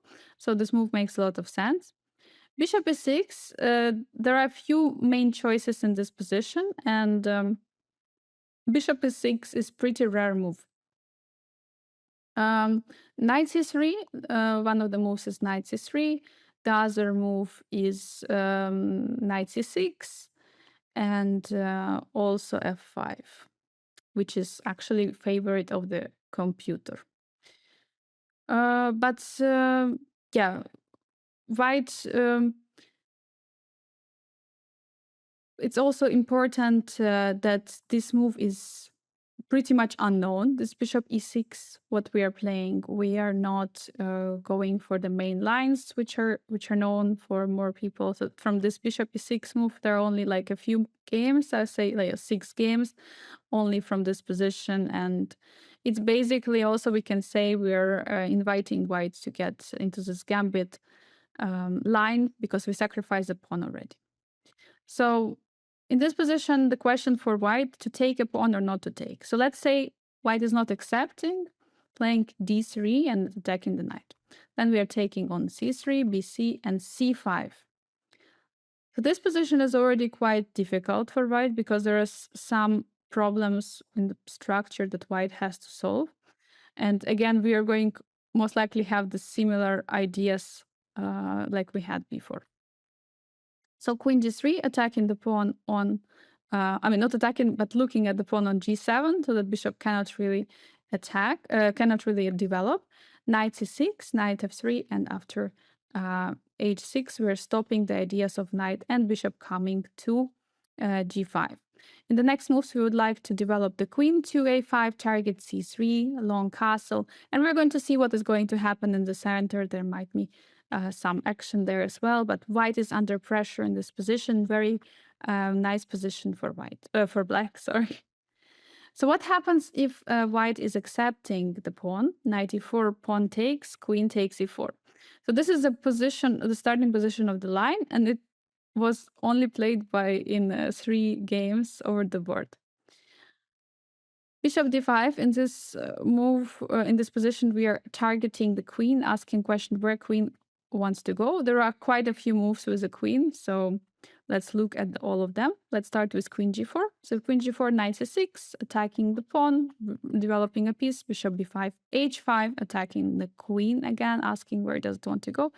Queen d3, and now after queen d7, knight f3, a6. After trade, we are putting more and more pressure on the f3 square. We are ready to long castle, develop the bishop out in the position, and definitely we have a compensation for the pawn, but I would say that we have even more than that. We have a nice initiative and pretty good attacking chances.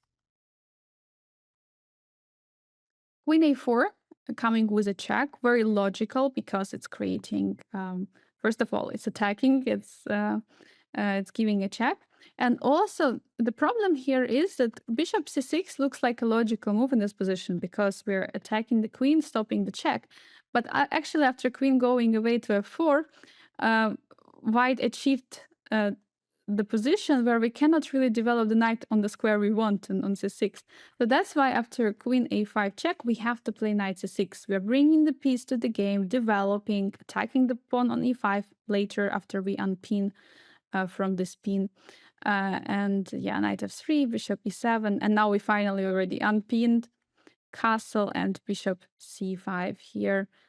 We have much stronger bishop pair than white. So if d4 is played here, but it's unfortunately not really working because after knight d4, knight takes, bishop c6, where now we are happy to play bishop c6, attacking the queen. And now we're going to take on d4 with the queen or the bishop, and then we will take the pawn on e5. So not only winning back the pawn, but also winning an extra pawn at the end of the line. King h1 going away is allowing knight coming to the d4 square, since after take, then there is a bishop g2, and we are winning queen. It was a queen a4 check. Queen e3. This looks like a very logical move, together with the queen f4, was defending the pawn on e5 square. The difference would be that from e3 square, white is not really defending from the check on h4, which could be important. So that's why we are going with queen h4 immediately, and after queen f2, we're ready to trade. Actually, very important moment again, because we are trading the queens being down a pawn, due to the fact that we have a huge development advantage comparing to white. So that's why in this position we are at least slightly better. We're getting into the endgame, but the problem for white, they cannot really keep up with both pawns on e5 and c2. So either this pawn is going to fall or the pawn on c2 after, let's say, knight b4 or knight d4. So queen g3, also trying to stop the check, but in this position we are, I mean, in case we are taking on g3, which could be also fine, because after knight c6 we have the same setup, long castle c3 and rook e8, and we're going to win the pawn. Maybe in this endgame this rook could be a bit more active, even though I'm not sure what is going to count more, the activity of the rook and the h file, or the weaknesses, the pawn weaknesses on g file. Queen e4, we're going for the endgame, but there could be another version of the endgame. So knight e2, here the thing is, looks like the pawn is hanging on c2, but after queen c2, knight f3, first of all, bishop on d5 is hanging, and secondly, also bishop d3 is a huge threat, so we are on the verge of losing in this position. Knight c6, we're developing the piece, attacking the pawn on e5, d3, queen e5. We're going into the endgame already, winning back the material, and we have more active pieces, so bishop f4, bishop b4 check, knight c3, and knight goes away, targeting the white's bishop. In case white wants to be greedy, playing something like bishop c7, then white is going to lose material, since after rook c8 there is a big problem. Bishop goes away, and we're taking on c3 not with a bishop, but with a rook. And, well, we're going to win a piece. Bishop g3 going back. Then we are having a long castle. There is, of course, a bunch of play here in the position, but definitely for a moment we are having more active pieces, more active bishops, and it feels like that the majority on the king side is going to be a bit more useful for black than the majority of white on the queen side. So definitely a lot of play. Anything can happen.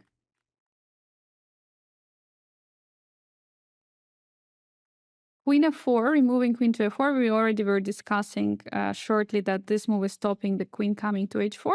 So it's not really possible, and looks like the best square for a queen, supporting the pawn on e5, stopping queen h4. And here we go with knight c6, our typical move, targeting the e5 pawn, also potentially knight b4 is in the picture, attacking the pawn on c2, creating a threat. So in case of b3, with the idea of developing the bishop on b2, long castling and defending the pawn on e5, we're going for knight b4, immediately challenging the pawn, and it's actually not very easy to defend it.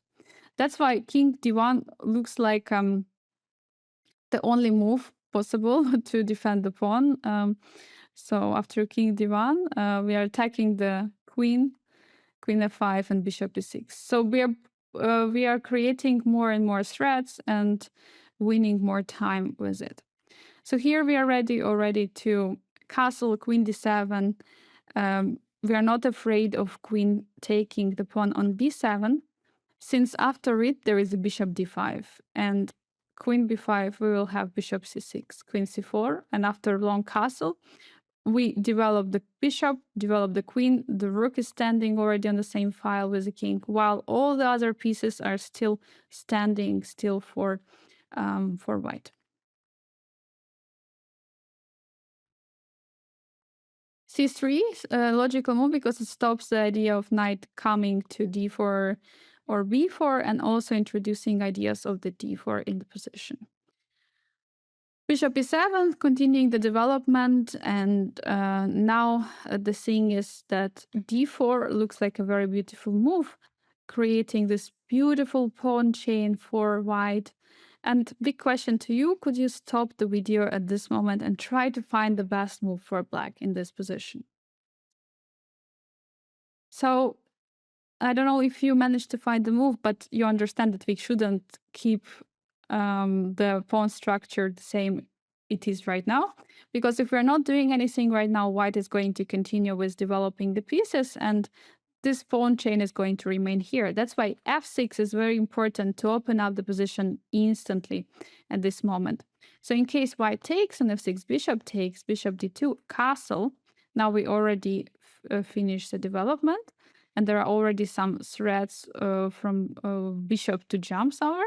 And after castle, we're going to take the pawn. The problem is for white, that's the only way how to finish the development, castle here. But in that way, we are getting a pawn back, and also weaken the king on the queen side at the same time. Definitely, clearly better position for black. E6 is the only way to for black. Sorry, for white, actually.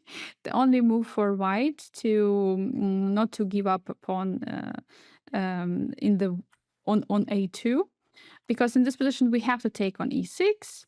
But of course, position is, I mean, around equal, though we have some pieces already out, so we have more active position. So queen d7, long castle is going to be played very soon. Yeah, we're again discussing the moment that we have the pawn majority on the king side, which could be potentially more bringing more sense in the end game. But yeah, this is a position for all results possible. Anything can happen. So what happens if d4 immediately being played, looking like d4 is immediately defending the pawn? Then we have knight b4 again. This is our main weapon, trying to attack on c2 immediately. In case of queen d2, we have queen h4. That's what queen on f4 was defending from, the queen h4 check. So if king goes away, we have another check, and after knight e2, bishop e4, we're going to win the pawn on c2, and we're going to win also not the pawn, but also the game, since position of the king is completely a complete disaster. Queen f2, trying to defend on c2 at the same time and defending a square on h4. But here we have bishop e4 again attacking the pawn on c2, and again knight c2 is a threat. Bishop b5 trying to check, but c6 we're defending. Now knight is defending the c2 square, which is logical. And I would like to ask you to stop the video and try to find the best move for black. So here, even though it feels like everything is great for white and white is defending the pawn, the move is coming which is spoiling everything, and it's queen a5, attacking the bishop on a4, and in the next move introducing the knight jumps on d3 and c2, and that's why white is losing a piece and the game. So king d1, defending the pawn. Looks like the only move to defend the pawn is moving the king.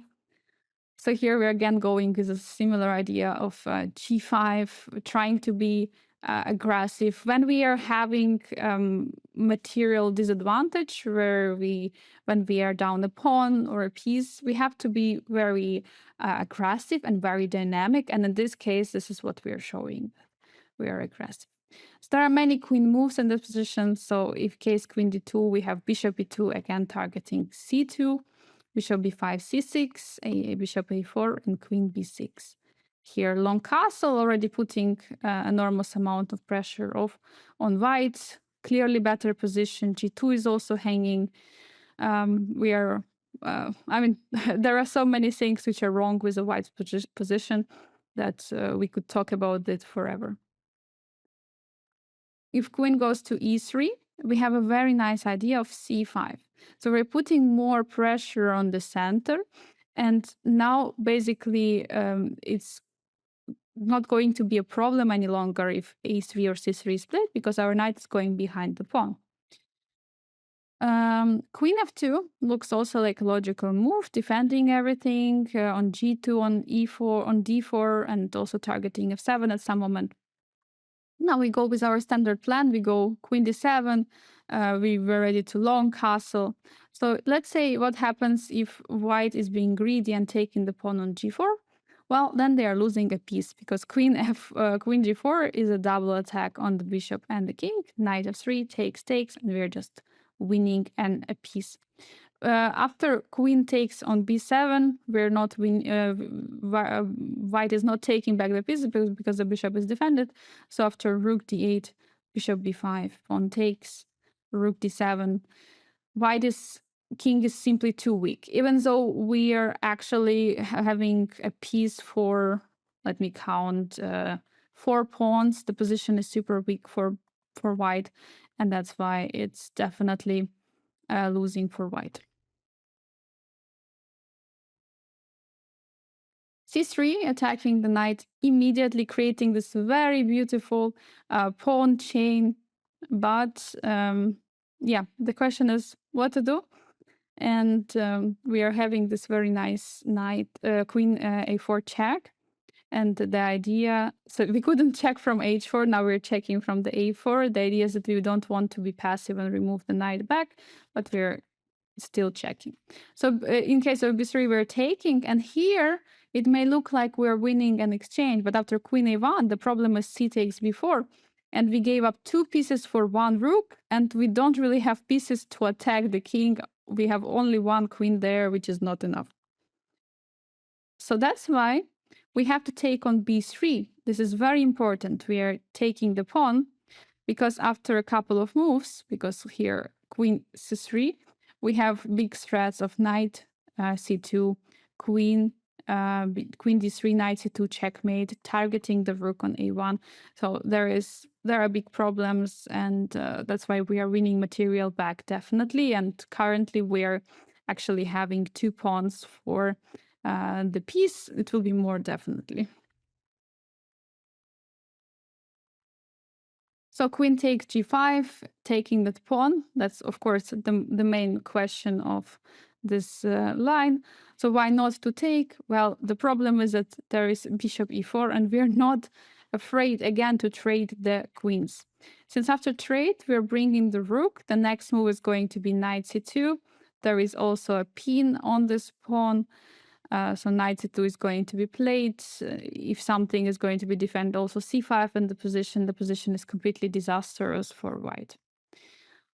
What happens in case of e6? Trying to open up the king, trying to create some mess into the position.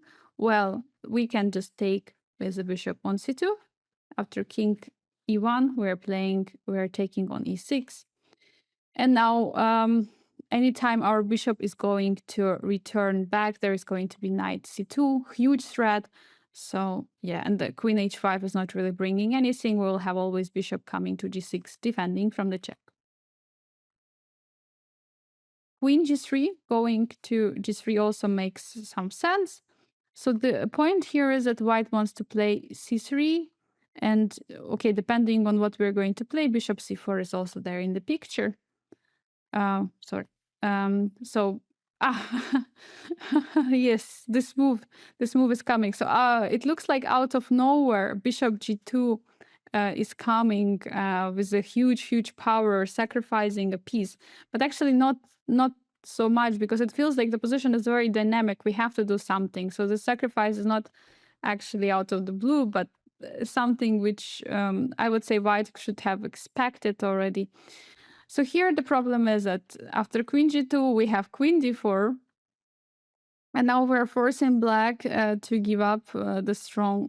Sorry, the white is forcing black to give up the strong knight. And here, after king e1, we have a long castle and many threats. So bishop d3 is saying you have to give up your strong knight from b4. We're taking, and after bishop d2, we're long castling. We're creating a threat of bishop coming to b4. There is a big problem with the king. It's not so easy to defend because we will always have some ideas. Actually, not g4 is not really possible. But we're definitely having a lot of ideas of creating more and more pressure. Bishop b4 is a huge threat, and we definitely already have some pawns for a piece. I would say h5, g4 could be an ideas later. What happens if bishop takes on g2? Well, we are giving a check. It's not changing much. In case of king e2, queen c4 check, and after king f3, knight c2, not only attacking the rook, but also creating very unpleasant ideas around the king. It's looking like white is going to get checkmated in a few moves. Bishop d2, rook d8.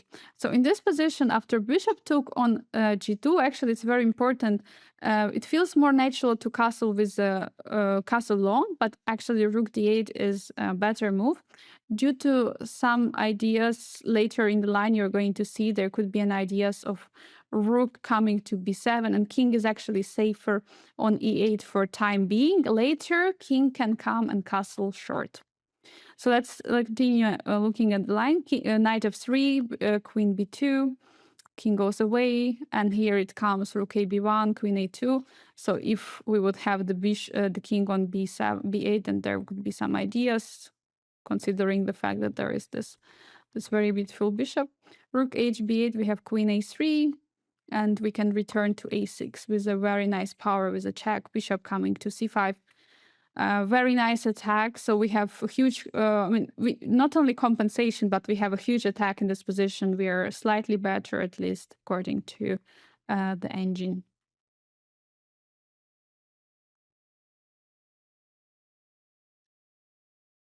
So knight f3. 1 second.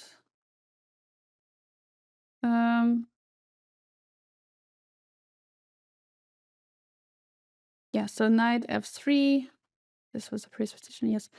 We were looking at b3, c3, d4, and now knight f3 in this position. This is the most human move, but the problem for white, they have to be really careful. So we are going for bishop e7, and one of the ideas what we have to go for g5, g4, and to castle. But we are going to see if we castle short or not.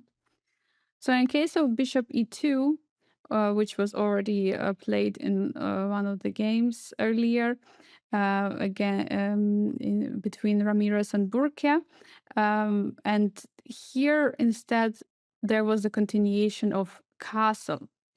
Black could have actually went for more aggressive approach, and we were discussing this, that once we sacrifice the material, we could be more aggressive, try to be more dynamic, and in this position play something like g5. So, well, in this case, white would have to go away with a queen, obviously. So queen f5, in case of queen f5, bishop e6, another tempo on the queen, and g4. So basically, this position is already kaput position, as I would say in German. Yes, it's a very bad position because the knight has to retreat, and there are no good squares rather than g1, and yeah, the position is disastrous.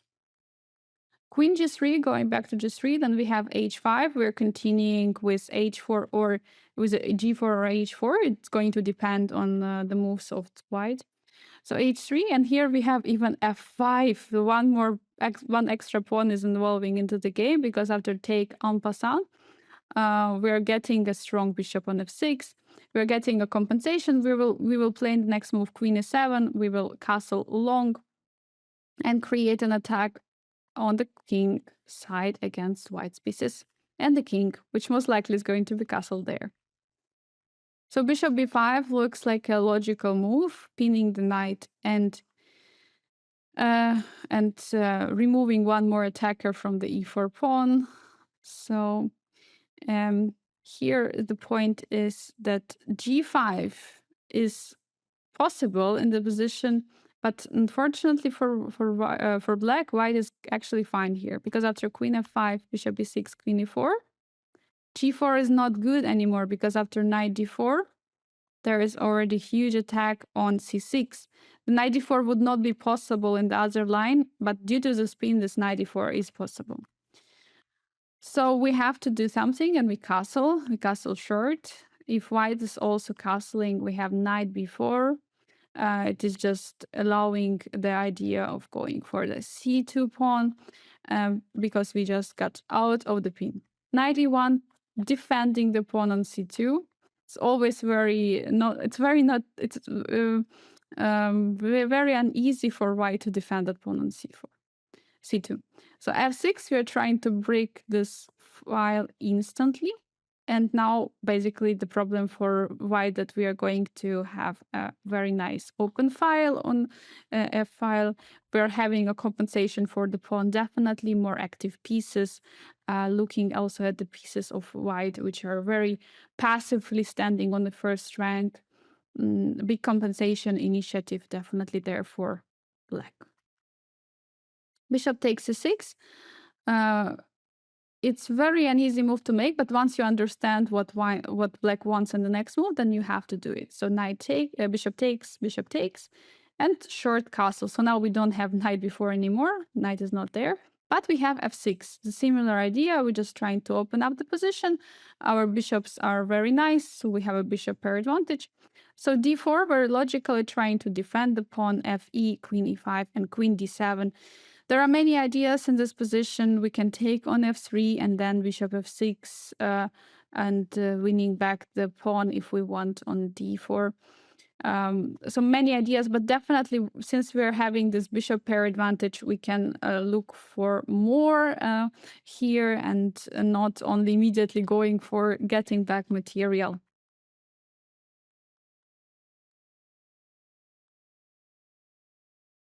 So that was all actually about the f4, just realized. That was all about f4, and now we're going to kind of the main line, which is the g3. This is called Mies's variation. In this way, white would like to play more calm way, more statically, just develop the pieces. Bishop comes to g2, pawn to d3, knight to g2, e2. And so on and so on. So in case white is playing slowly, it means that black should have a lot of different ways to go, and there are different ideas definitely on the g3. And for example, in this position, we were discussing there could be idea of playing c6 to follow up with a d5, but here c6 would allow d4, since after queen takes, there is no more knight coming to c6 any longer. So that's why we're definitely not going there. So bishop c5 is one of the main moves. And first of all, we're fighting for the d4 pawn. There are potential ideas targeting the f2 square. We don't yet, also very good move, because we are looking at what white is going to play next. So it looks definitely a great move. And the plan, of course, is to play c6, d5, as mentioned earlier, but not allowing d4 any longer. So bishop g2 looks like a logical move, continuing development, castle. And now, since we finished the development on the king side, we are ready to go for the pawn break in the center. So here there are a few moves from white. First of all, it's a typical move, which in this variation is being played, is knight g2. Second, there is knight f3 and d3. So we're going to start with a knight f3. Knight f3 is not really a logical move, or like not a follow-up move from the opening, because generally white wants to go for the knight g2. But definitely there is a sense in the move, since knight is attacking the pawn on e5 immediately. And we, with a tactical power, we shouldn't actually defend. Because even actually if we try to defend, there could be ideas of going for such lines, or if we defend with a rook also taking, and again d4 is there. So that's why we have to play d5. We are giving up a pawn, but actually it's not really possible to take, because after knight takes c5, we take on e4, and the problem is now that knight is being restricted. It cannot go back. You cannot also take the pawn due to the problems on the e-file, so the position is pretty bad. Queen e2 is stabilizing position, defending the pawn on e4, but doesn't make so much sense. If originally white wanted to play it, I don't think they would play knight f3 and queen e2. But rook e8 looks like a very logical move, bringing the piece out, creating an X-ray against the king and the queen.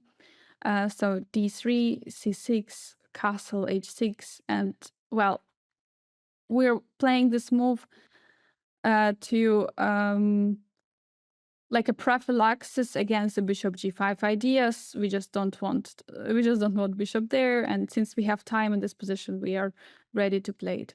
So h3, now a5, now getting a bit more space on the queen side, also creating a square opportunity on a7 for the bishop. a4, knight a6, and basically we have more space in the center. We can see what we want to do, either putting more pressure on e4 or closing everything with d4, which would not probably be the most ideal, but definitely we're in the front seat in this position, dominating and having at least slight advantage. So what happens in case white is taking on d5? ed, we're having super strong e4 break, not break, but e4 push. So knight has to go somewhere. The problem is after knight g5, we are having bishop g4. We are developing with a tempo on the queen. And after knight e2, rook e8, problem is that pieces are somehow hanging everywhere. We are having a pin. This knight on g5 is a bit problem. So after h3, bishop takes, queen takes, there is h6. And it looks like the piece is going to fall for white position, and game is going to be lost. So f3, trying to stop it, but now we're taking, bishop takes, and rook e8. The king is in the center, and it's going to stay there. There's not going to be castle any longer, king f1. Trading on f3. Question is with which piece to take? Queen f3 is worse because it's keeping the knight pretty much on g5, a bit awkward, not really attacking much. So after knight b7, d3, knight e5, we have a very nice position attacking the king. According to computers, already completely lost for white. So what happens in case of knight f3? Then knight d5, we are getting back the pawn. Material is equal in this position, but the play is not equal because we are, again, looks like completely winning for black. And well, objectively speaking, a clear better advantage for black. And we have only one piece to develop and ready to attack the king again. Knight g1 going all the way back, maybe the best move, but not really sure. So here we have a very nice move, c6. White is losing a lot of time with jumping the pieces, going back. So we're trying to force everything. In this position, we're already creating a threat of taking on d4. And if white is taking our pawn, definitely we're bringing another piece to the game. So what to do? White is, so let's look at this dc6.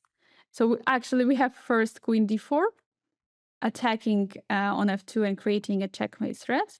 And after queen e2, then we are taking with the knight on c6. I mean, the knight cannot really get out normally.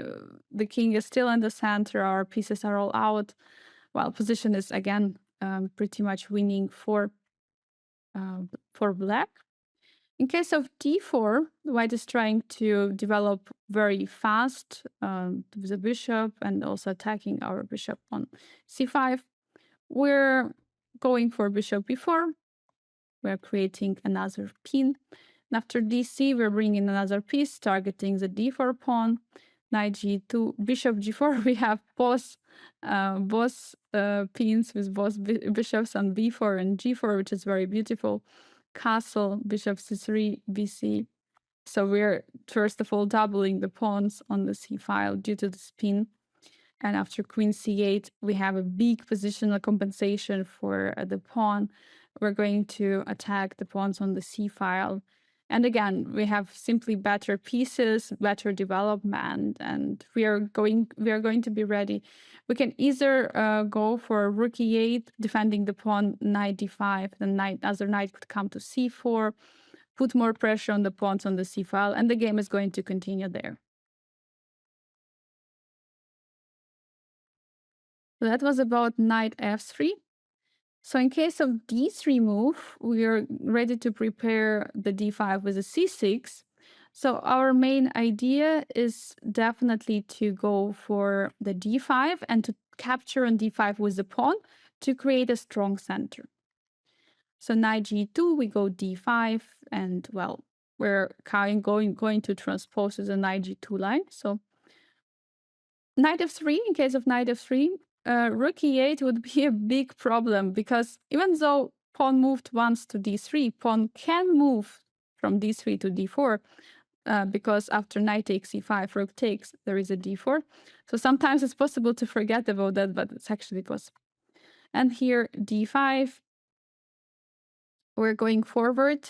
We're having similar ideas as we had in the knight f3 instead of d3.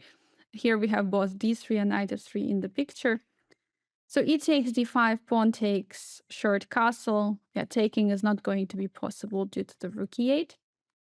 So castle d4, knight b1.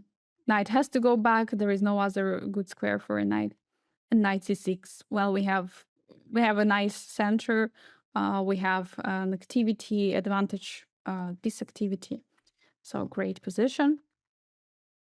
Bishop g5, coming all the way to pin our knight.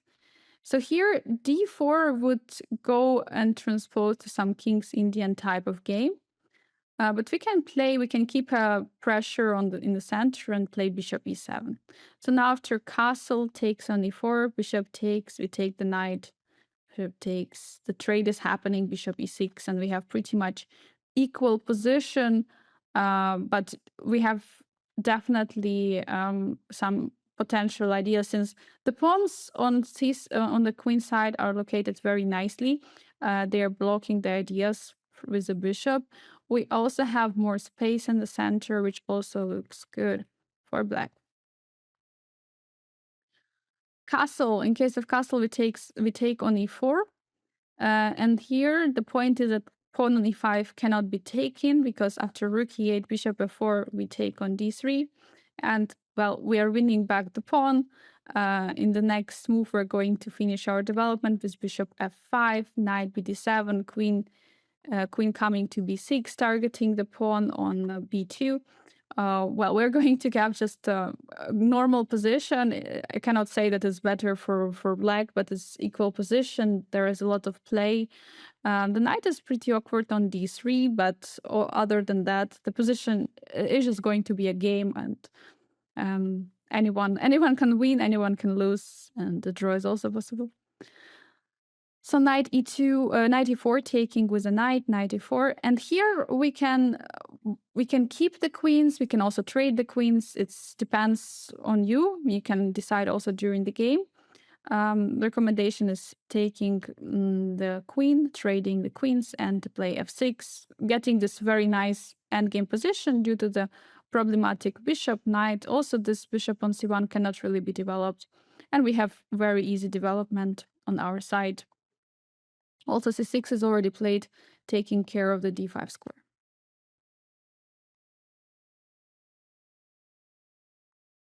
Knight e5, immediately accepting the challenge from black. Wait, I'm just checking if we checked everything. Yes, so we just checked this castle.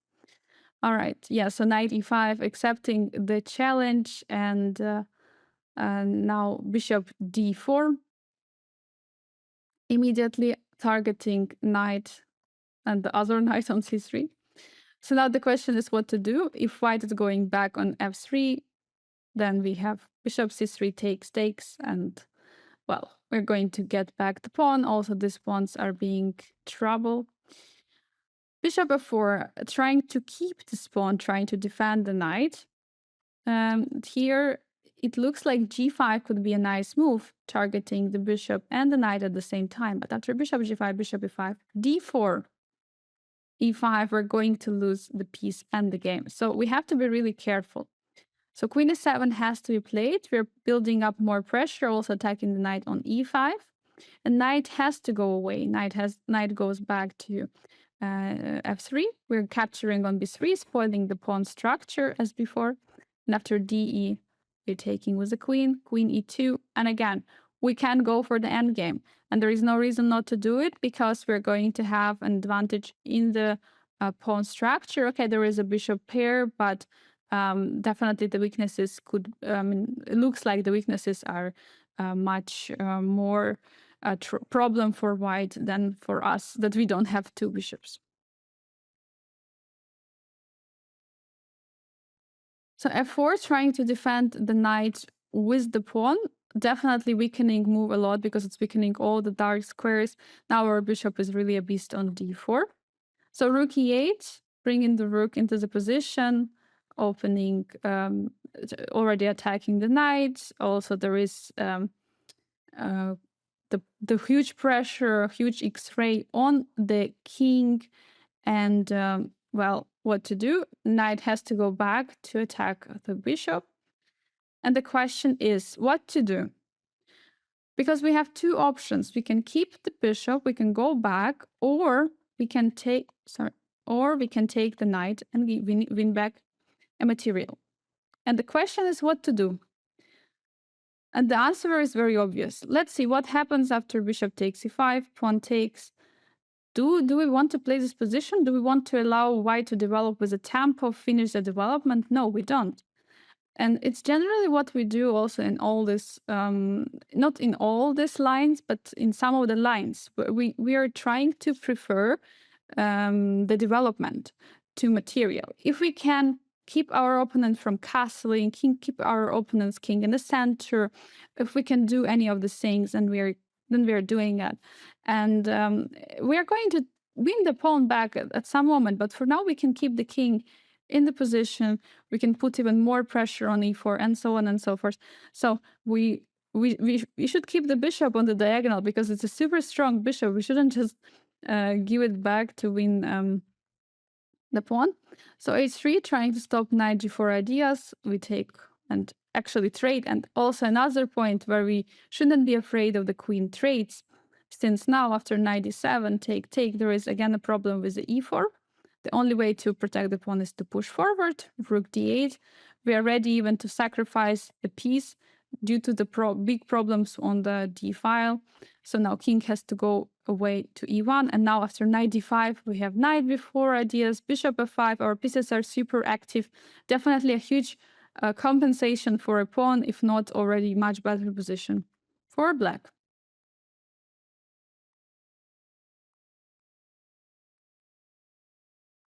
So knight g e2.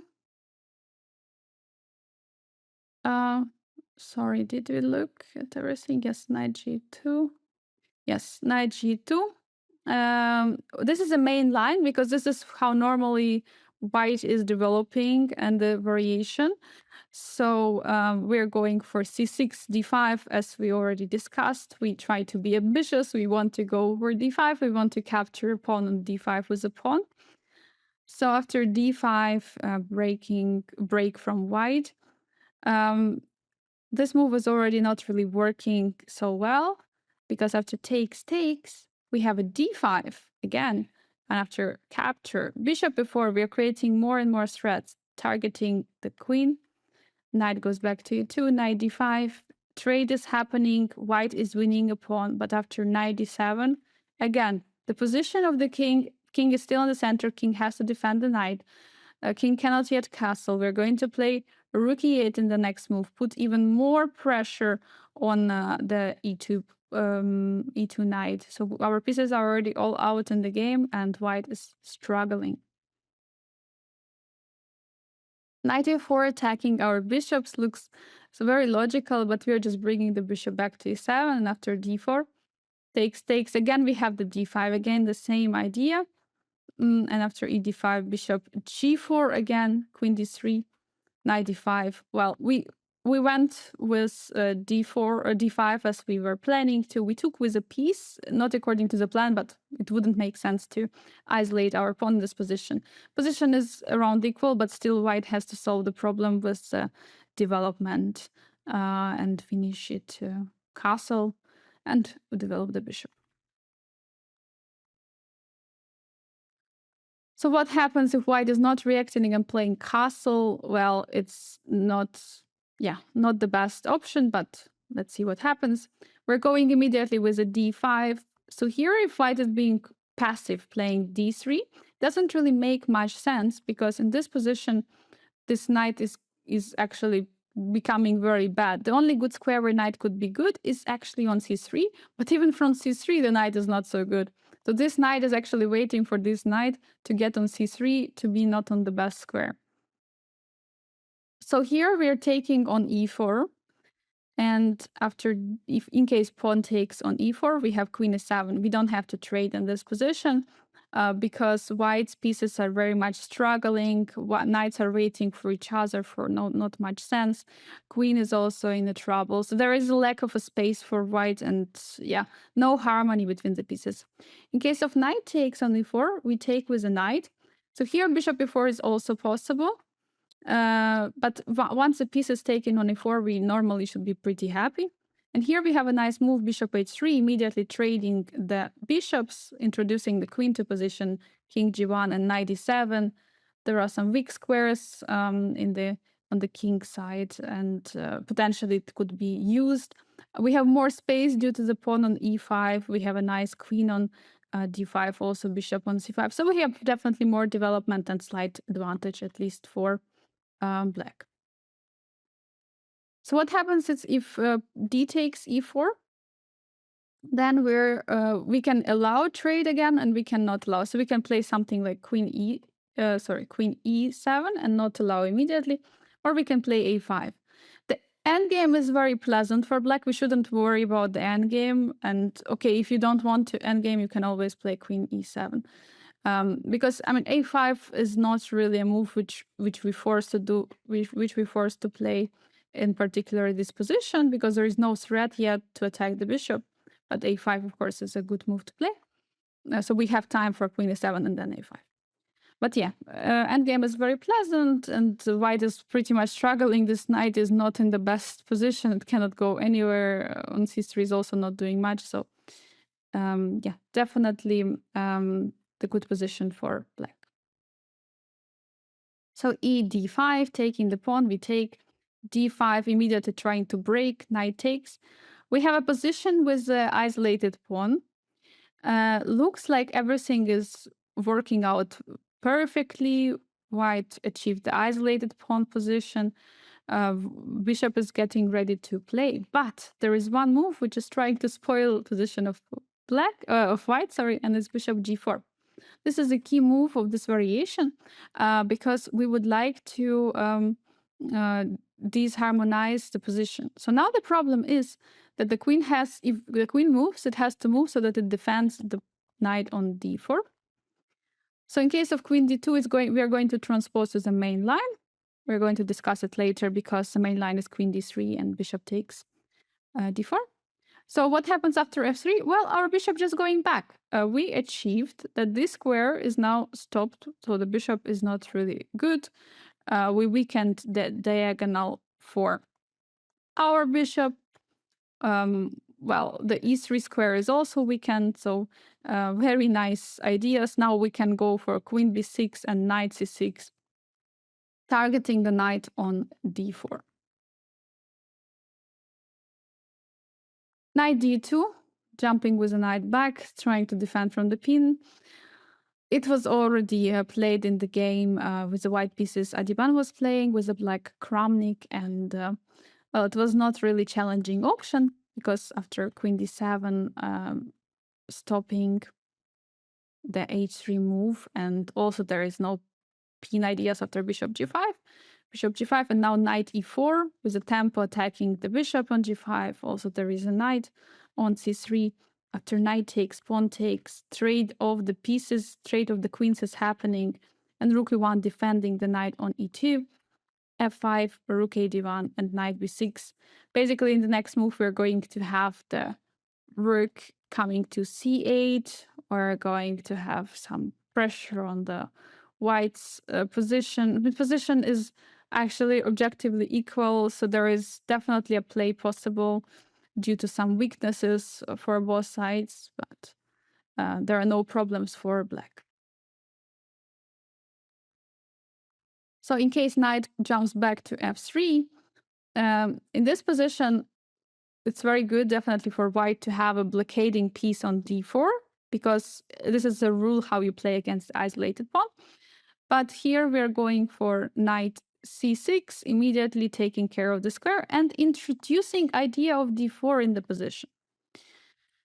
So in case of h3, bishop e6, and in the next move, we're just going to move queen d7, rook f8. We might play also knight e4. Black is very active and having a good position of the isolated pawn, isolated queen's pawn. In case of bishop g5, we're just putting more pressure on d5. Here, we can already go with our idea of d4, attacking the knight, moving forward with our isolated pawn, getting more space. And after knight e4, bishop e7, we are defending from the pin. The trade is happening. And now the problem is that white didn't manage to blockade on the d4. The pawn is progressing to the d4 square, and black's pieces are located very good. So there are no really problems, nothing to worry about from black. Again, it's an equal position, but yeah, we are having ideas of bringing the rooks to c8 and e8. Well, it's just a play. It's just coming closer to the endgame. Queen d3 is the main move, so also the queen d2. Both moves are transposing to the same. Queen d3, bishop d4. And very important move, bishop takes on d4, because we are giving up the bishop pair, but in that way we are speeding up our development, because after queen takes, knight c6, immediately attacking the queen. Queen goes to f4, is stopping the way for the bishop, so it's not such a good move. The thing is, the d4 is the idea what we wanted to play. It's not really working that well now, because after knight e4, there is a double attack, and the knight cannot really handle defending the bishop, because after knight e4, bishop queen g4, and white is already better. So we have to play in this position queen d7, defend the bishop, so that we make the d4 available. There is also no h3 any longer. So here in case of bishop e3, we go for d4, bishop takes, bishop h3, and we are already winning because of the two threats of checkmate and taking the bishop. Sorry, the rook. So in case of b3, then we have bishop h3 idea, offering a trade to the bishop on g2. Bishop b2, trade the bishop, and d4. Knight e2, rook f8, rook f1, rook e4, queen d2, and rook e8. So putting more pressure on the e file. Again, we are having an isolated pawn, but we are playing, we are perfectly fine in this position, because, I mean, it's around equal, and there are no real problems for white, for black, sorry, but also for white, there are no real problems. For both sides, there are no real problems, but the game can happen and problems can arise after mistakes happen. Bishop d2, it's not a very good square for a bishop, but white wants to finish the development and bring out the rooks somehow. So that's the only way how they can do it. Rook f8 just developing. d4 was already possible, but we can play it in the next move as well. So we first we bring rooks out into the play. We can play h6, stopping some ideas from white potentially with a bishop to g5, g4. Sorry, d4 is a move definitely what we want to play. But since black white cannot really stop it, so we can play it any move. And again, we have initiative, we have some attack in the position, but it's around equal objectively. One second. So we were discussing bishop d2. Now we go for rook e1. Yeah, bishop h3, we are offering a trade of the bishops. b3, trade of the bishop happens, and d4. Now after knight e4, we trade and we play f5, rook e1, and knight b4. And here already we are much better, if not winning, because c2 pawn is in big trouble. We have our rooks ready to jump into the game, and, well, looks like lost position for white. So it's not really working. Knight e2 is better way. It looks like optically looks like not the best square, but what to do? So rook a d8 defending the pawn, and after bishop e2 we have a check and queen a5. Our idea is to keep pressure on the a2 pawn so that rook cannot really join the attack. Then at the same time we are having ideas of knight e5, rook e8, and the knight on e2 is a pretty bad piece, so that's why we have slight advantage in that position.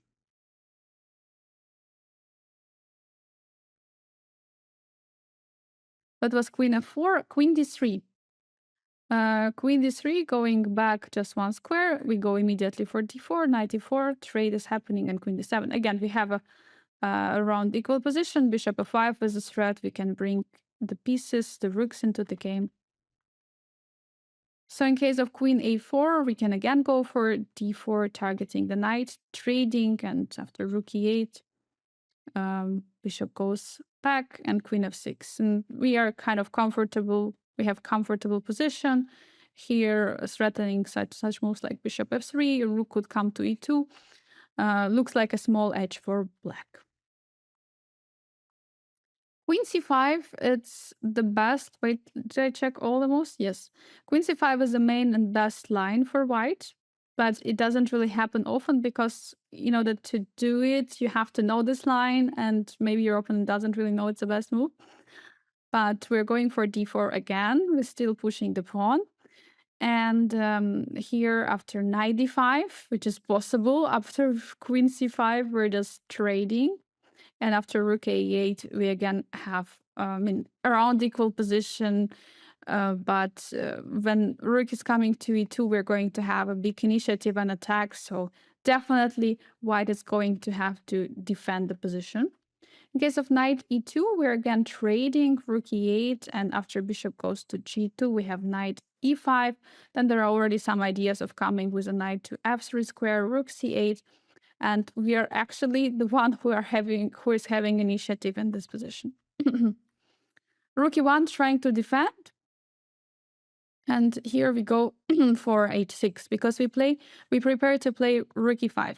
The problem is if we would play rook e5 here, here immediately, there would be bishop h7, rook, king takes, rook takes. So that's why we have to play h6 first. So bishop b2, now rook e5 is possible. Well, in case of bishop h7, we can go into this position, but we are not losing a pawn. So in case of queen c4, we just play queen b6. It's much easier to play for black. It's, white is not so active.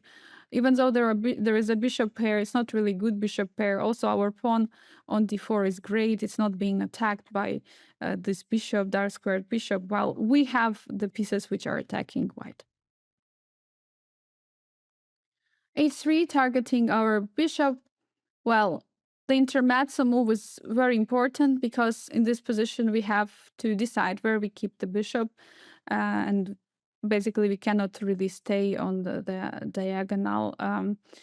So we have to take, and there are many other moves, but and actually bishop e6 is it's likely to play in the correspondence games, so maybe it's the best move. But bishop h3 is very nice because after bishop takes, we are just capturing the knight.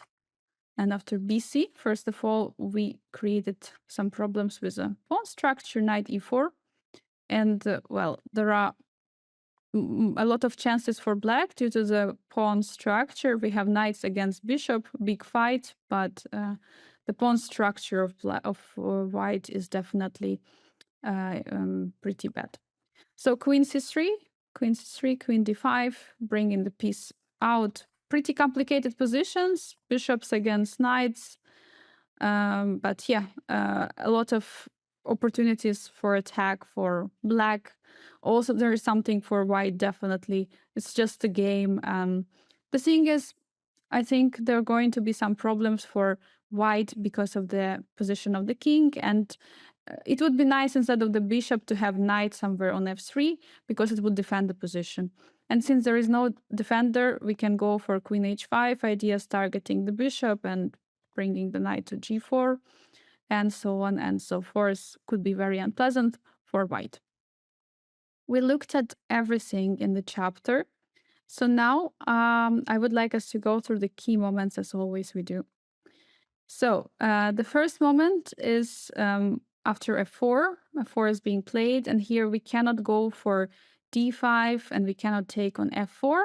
So it's very important in this position to remember this tactical idea of knight takes, and after knight takes on e4, we are going to win back the piece, and we're going to have a better pawn structure in the center. So next position is when queen went back to d3. And in this position, we have ideas of the d5. We have this position also from the center game chapter. So here d5 with the idea of after some takes, we will always have knight b4, which is super important to remember. This is position where white played f4 on the third move immediately, trying to go for some king's gambit, but not allowing queen h4 ideas. So in this position, we know that we should try to make either d5 or e takes f5 and then d5 work. And this is the case where e takes f4 would be a huge mistake due to the e5 idea. So there are no squares for the knight. So that's why we have to play d5 in this position. And it's important to understand it and remember. So next position is when we took on c3. We took on c3 with a knight, bc has happened. And here white wants to play d4 to create a very nice pawn chain. So that's why we have a super important move to break the chain, d4. We are isolating a pawn on e5. And also potentially there could be a nice square on d5 for a queen. If pawn pushes to c4, there is bishop b4. So many nice ideas for white. Well, for black, sorry. For black.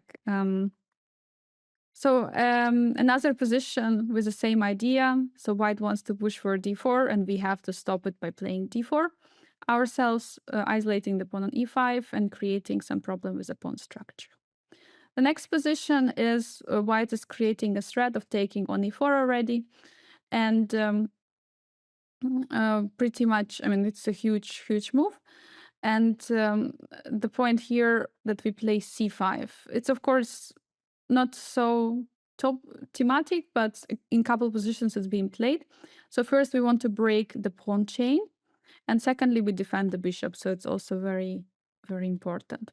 The next position is where we were discussing that taking on d4 is going to improve white's pawn chain. So that's why we don't really want to go for it. But playing c4, first of all, bishop takes on e4 is not really good. So going back with the bishop on e2 is going to make bishop passive. And at the same time, we also highlight these weaknesses on the c file. And we're getting much better pawn structures like French defense, but improved since the pawn is already on c4. Another reminder in this position that trading the queens, being down material, in this case being down a pawn, is not a big problem because after we trade the pieces, we're still having a huge advantage in the development, and we're going to recapture that pawn, and we're going to have a great position due to our development. So next position is this Oh, sorry, this was supposed to be here. So the next position after bishop e2 was played, so this g5 move is very important because we have to go for very dynamic play. We have to be aggressive. We shouldn't forget it, especially when we are down material. And in this case, we haven't castled short yet, so we can go for this g5 idea, which is also important to remember. So now white is attacking on e5, knight f3 was played, and well, the plan which we normally have, if we have an idea of it, we have to check it out. If we can play d5, we go for it, and that's what we do. So yeah, whenever we have d5 opportunity, if it's not looking bad, we should definitely consider it. And also remembering that knight e5 in such positions could be bad due to the ideas of okay, first of all, taking on e4. Sorry, after knight e4, taking on e4. Secondly, there could be ideas of rook entering the e file. So the next position is when the knight actually took on e5, there was f5, and we were asking ourselves, what do we do in this position? Because knight is attacking the bishop. So should we take back the material, taking a pawn on e5, or going back with the bishop? And we said that we are not caring about material. We gave up a pawn, but we would like to keep the king in the center for white and keep this very nice bishop in the position. So this one is, yeah, d3 was played in the position, yes. And now, like we have an opportunity to take on e4 in this position, because after take, most likely, I mean, if white is taking with a piece, we're going to trade one of the pieces. But yeah, we would take, if taking with a pawn, then pieces are going to be stuck. So, but taking with a piece is also not so great. I mean, it's just not a good position. And generally, we react similar with a knight on f3, but now knight is on g2, it's even worse. Knight g on e2, now it's even worse position. So it's actually even better here. And it was actually the last position. Thank you so much for your time, and I hope you enjoyed and learned something today. Have a great day, and see you in the next chapter.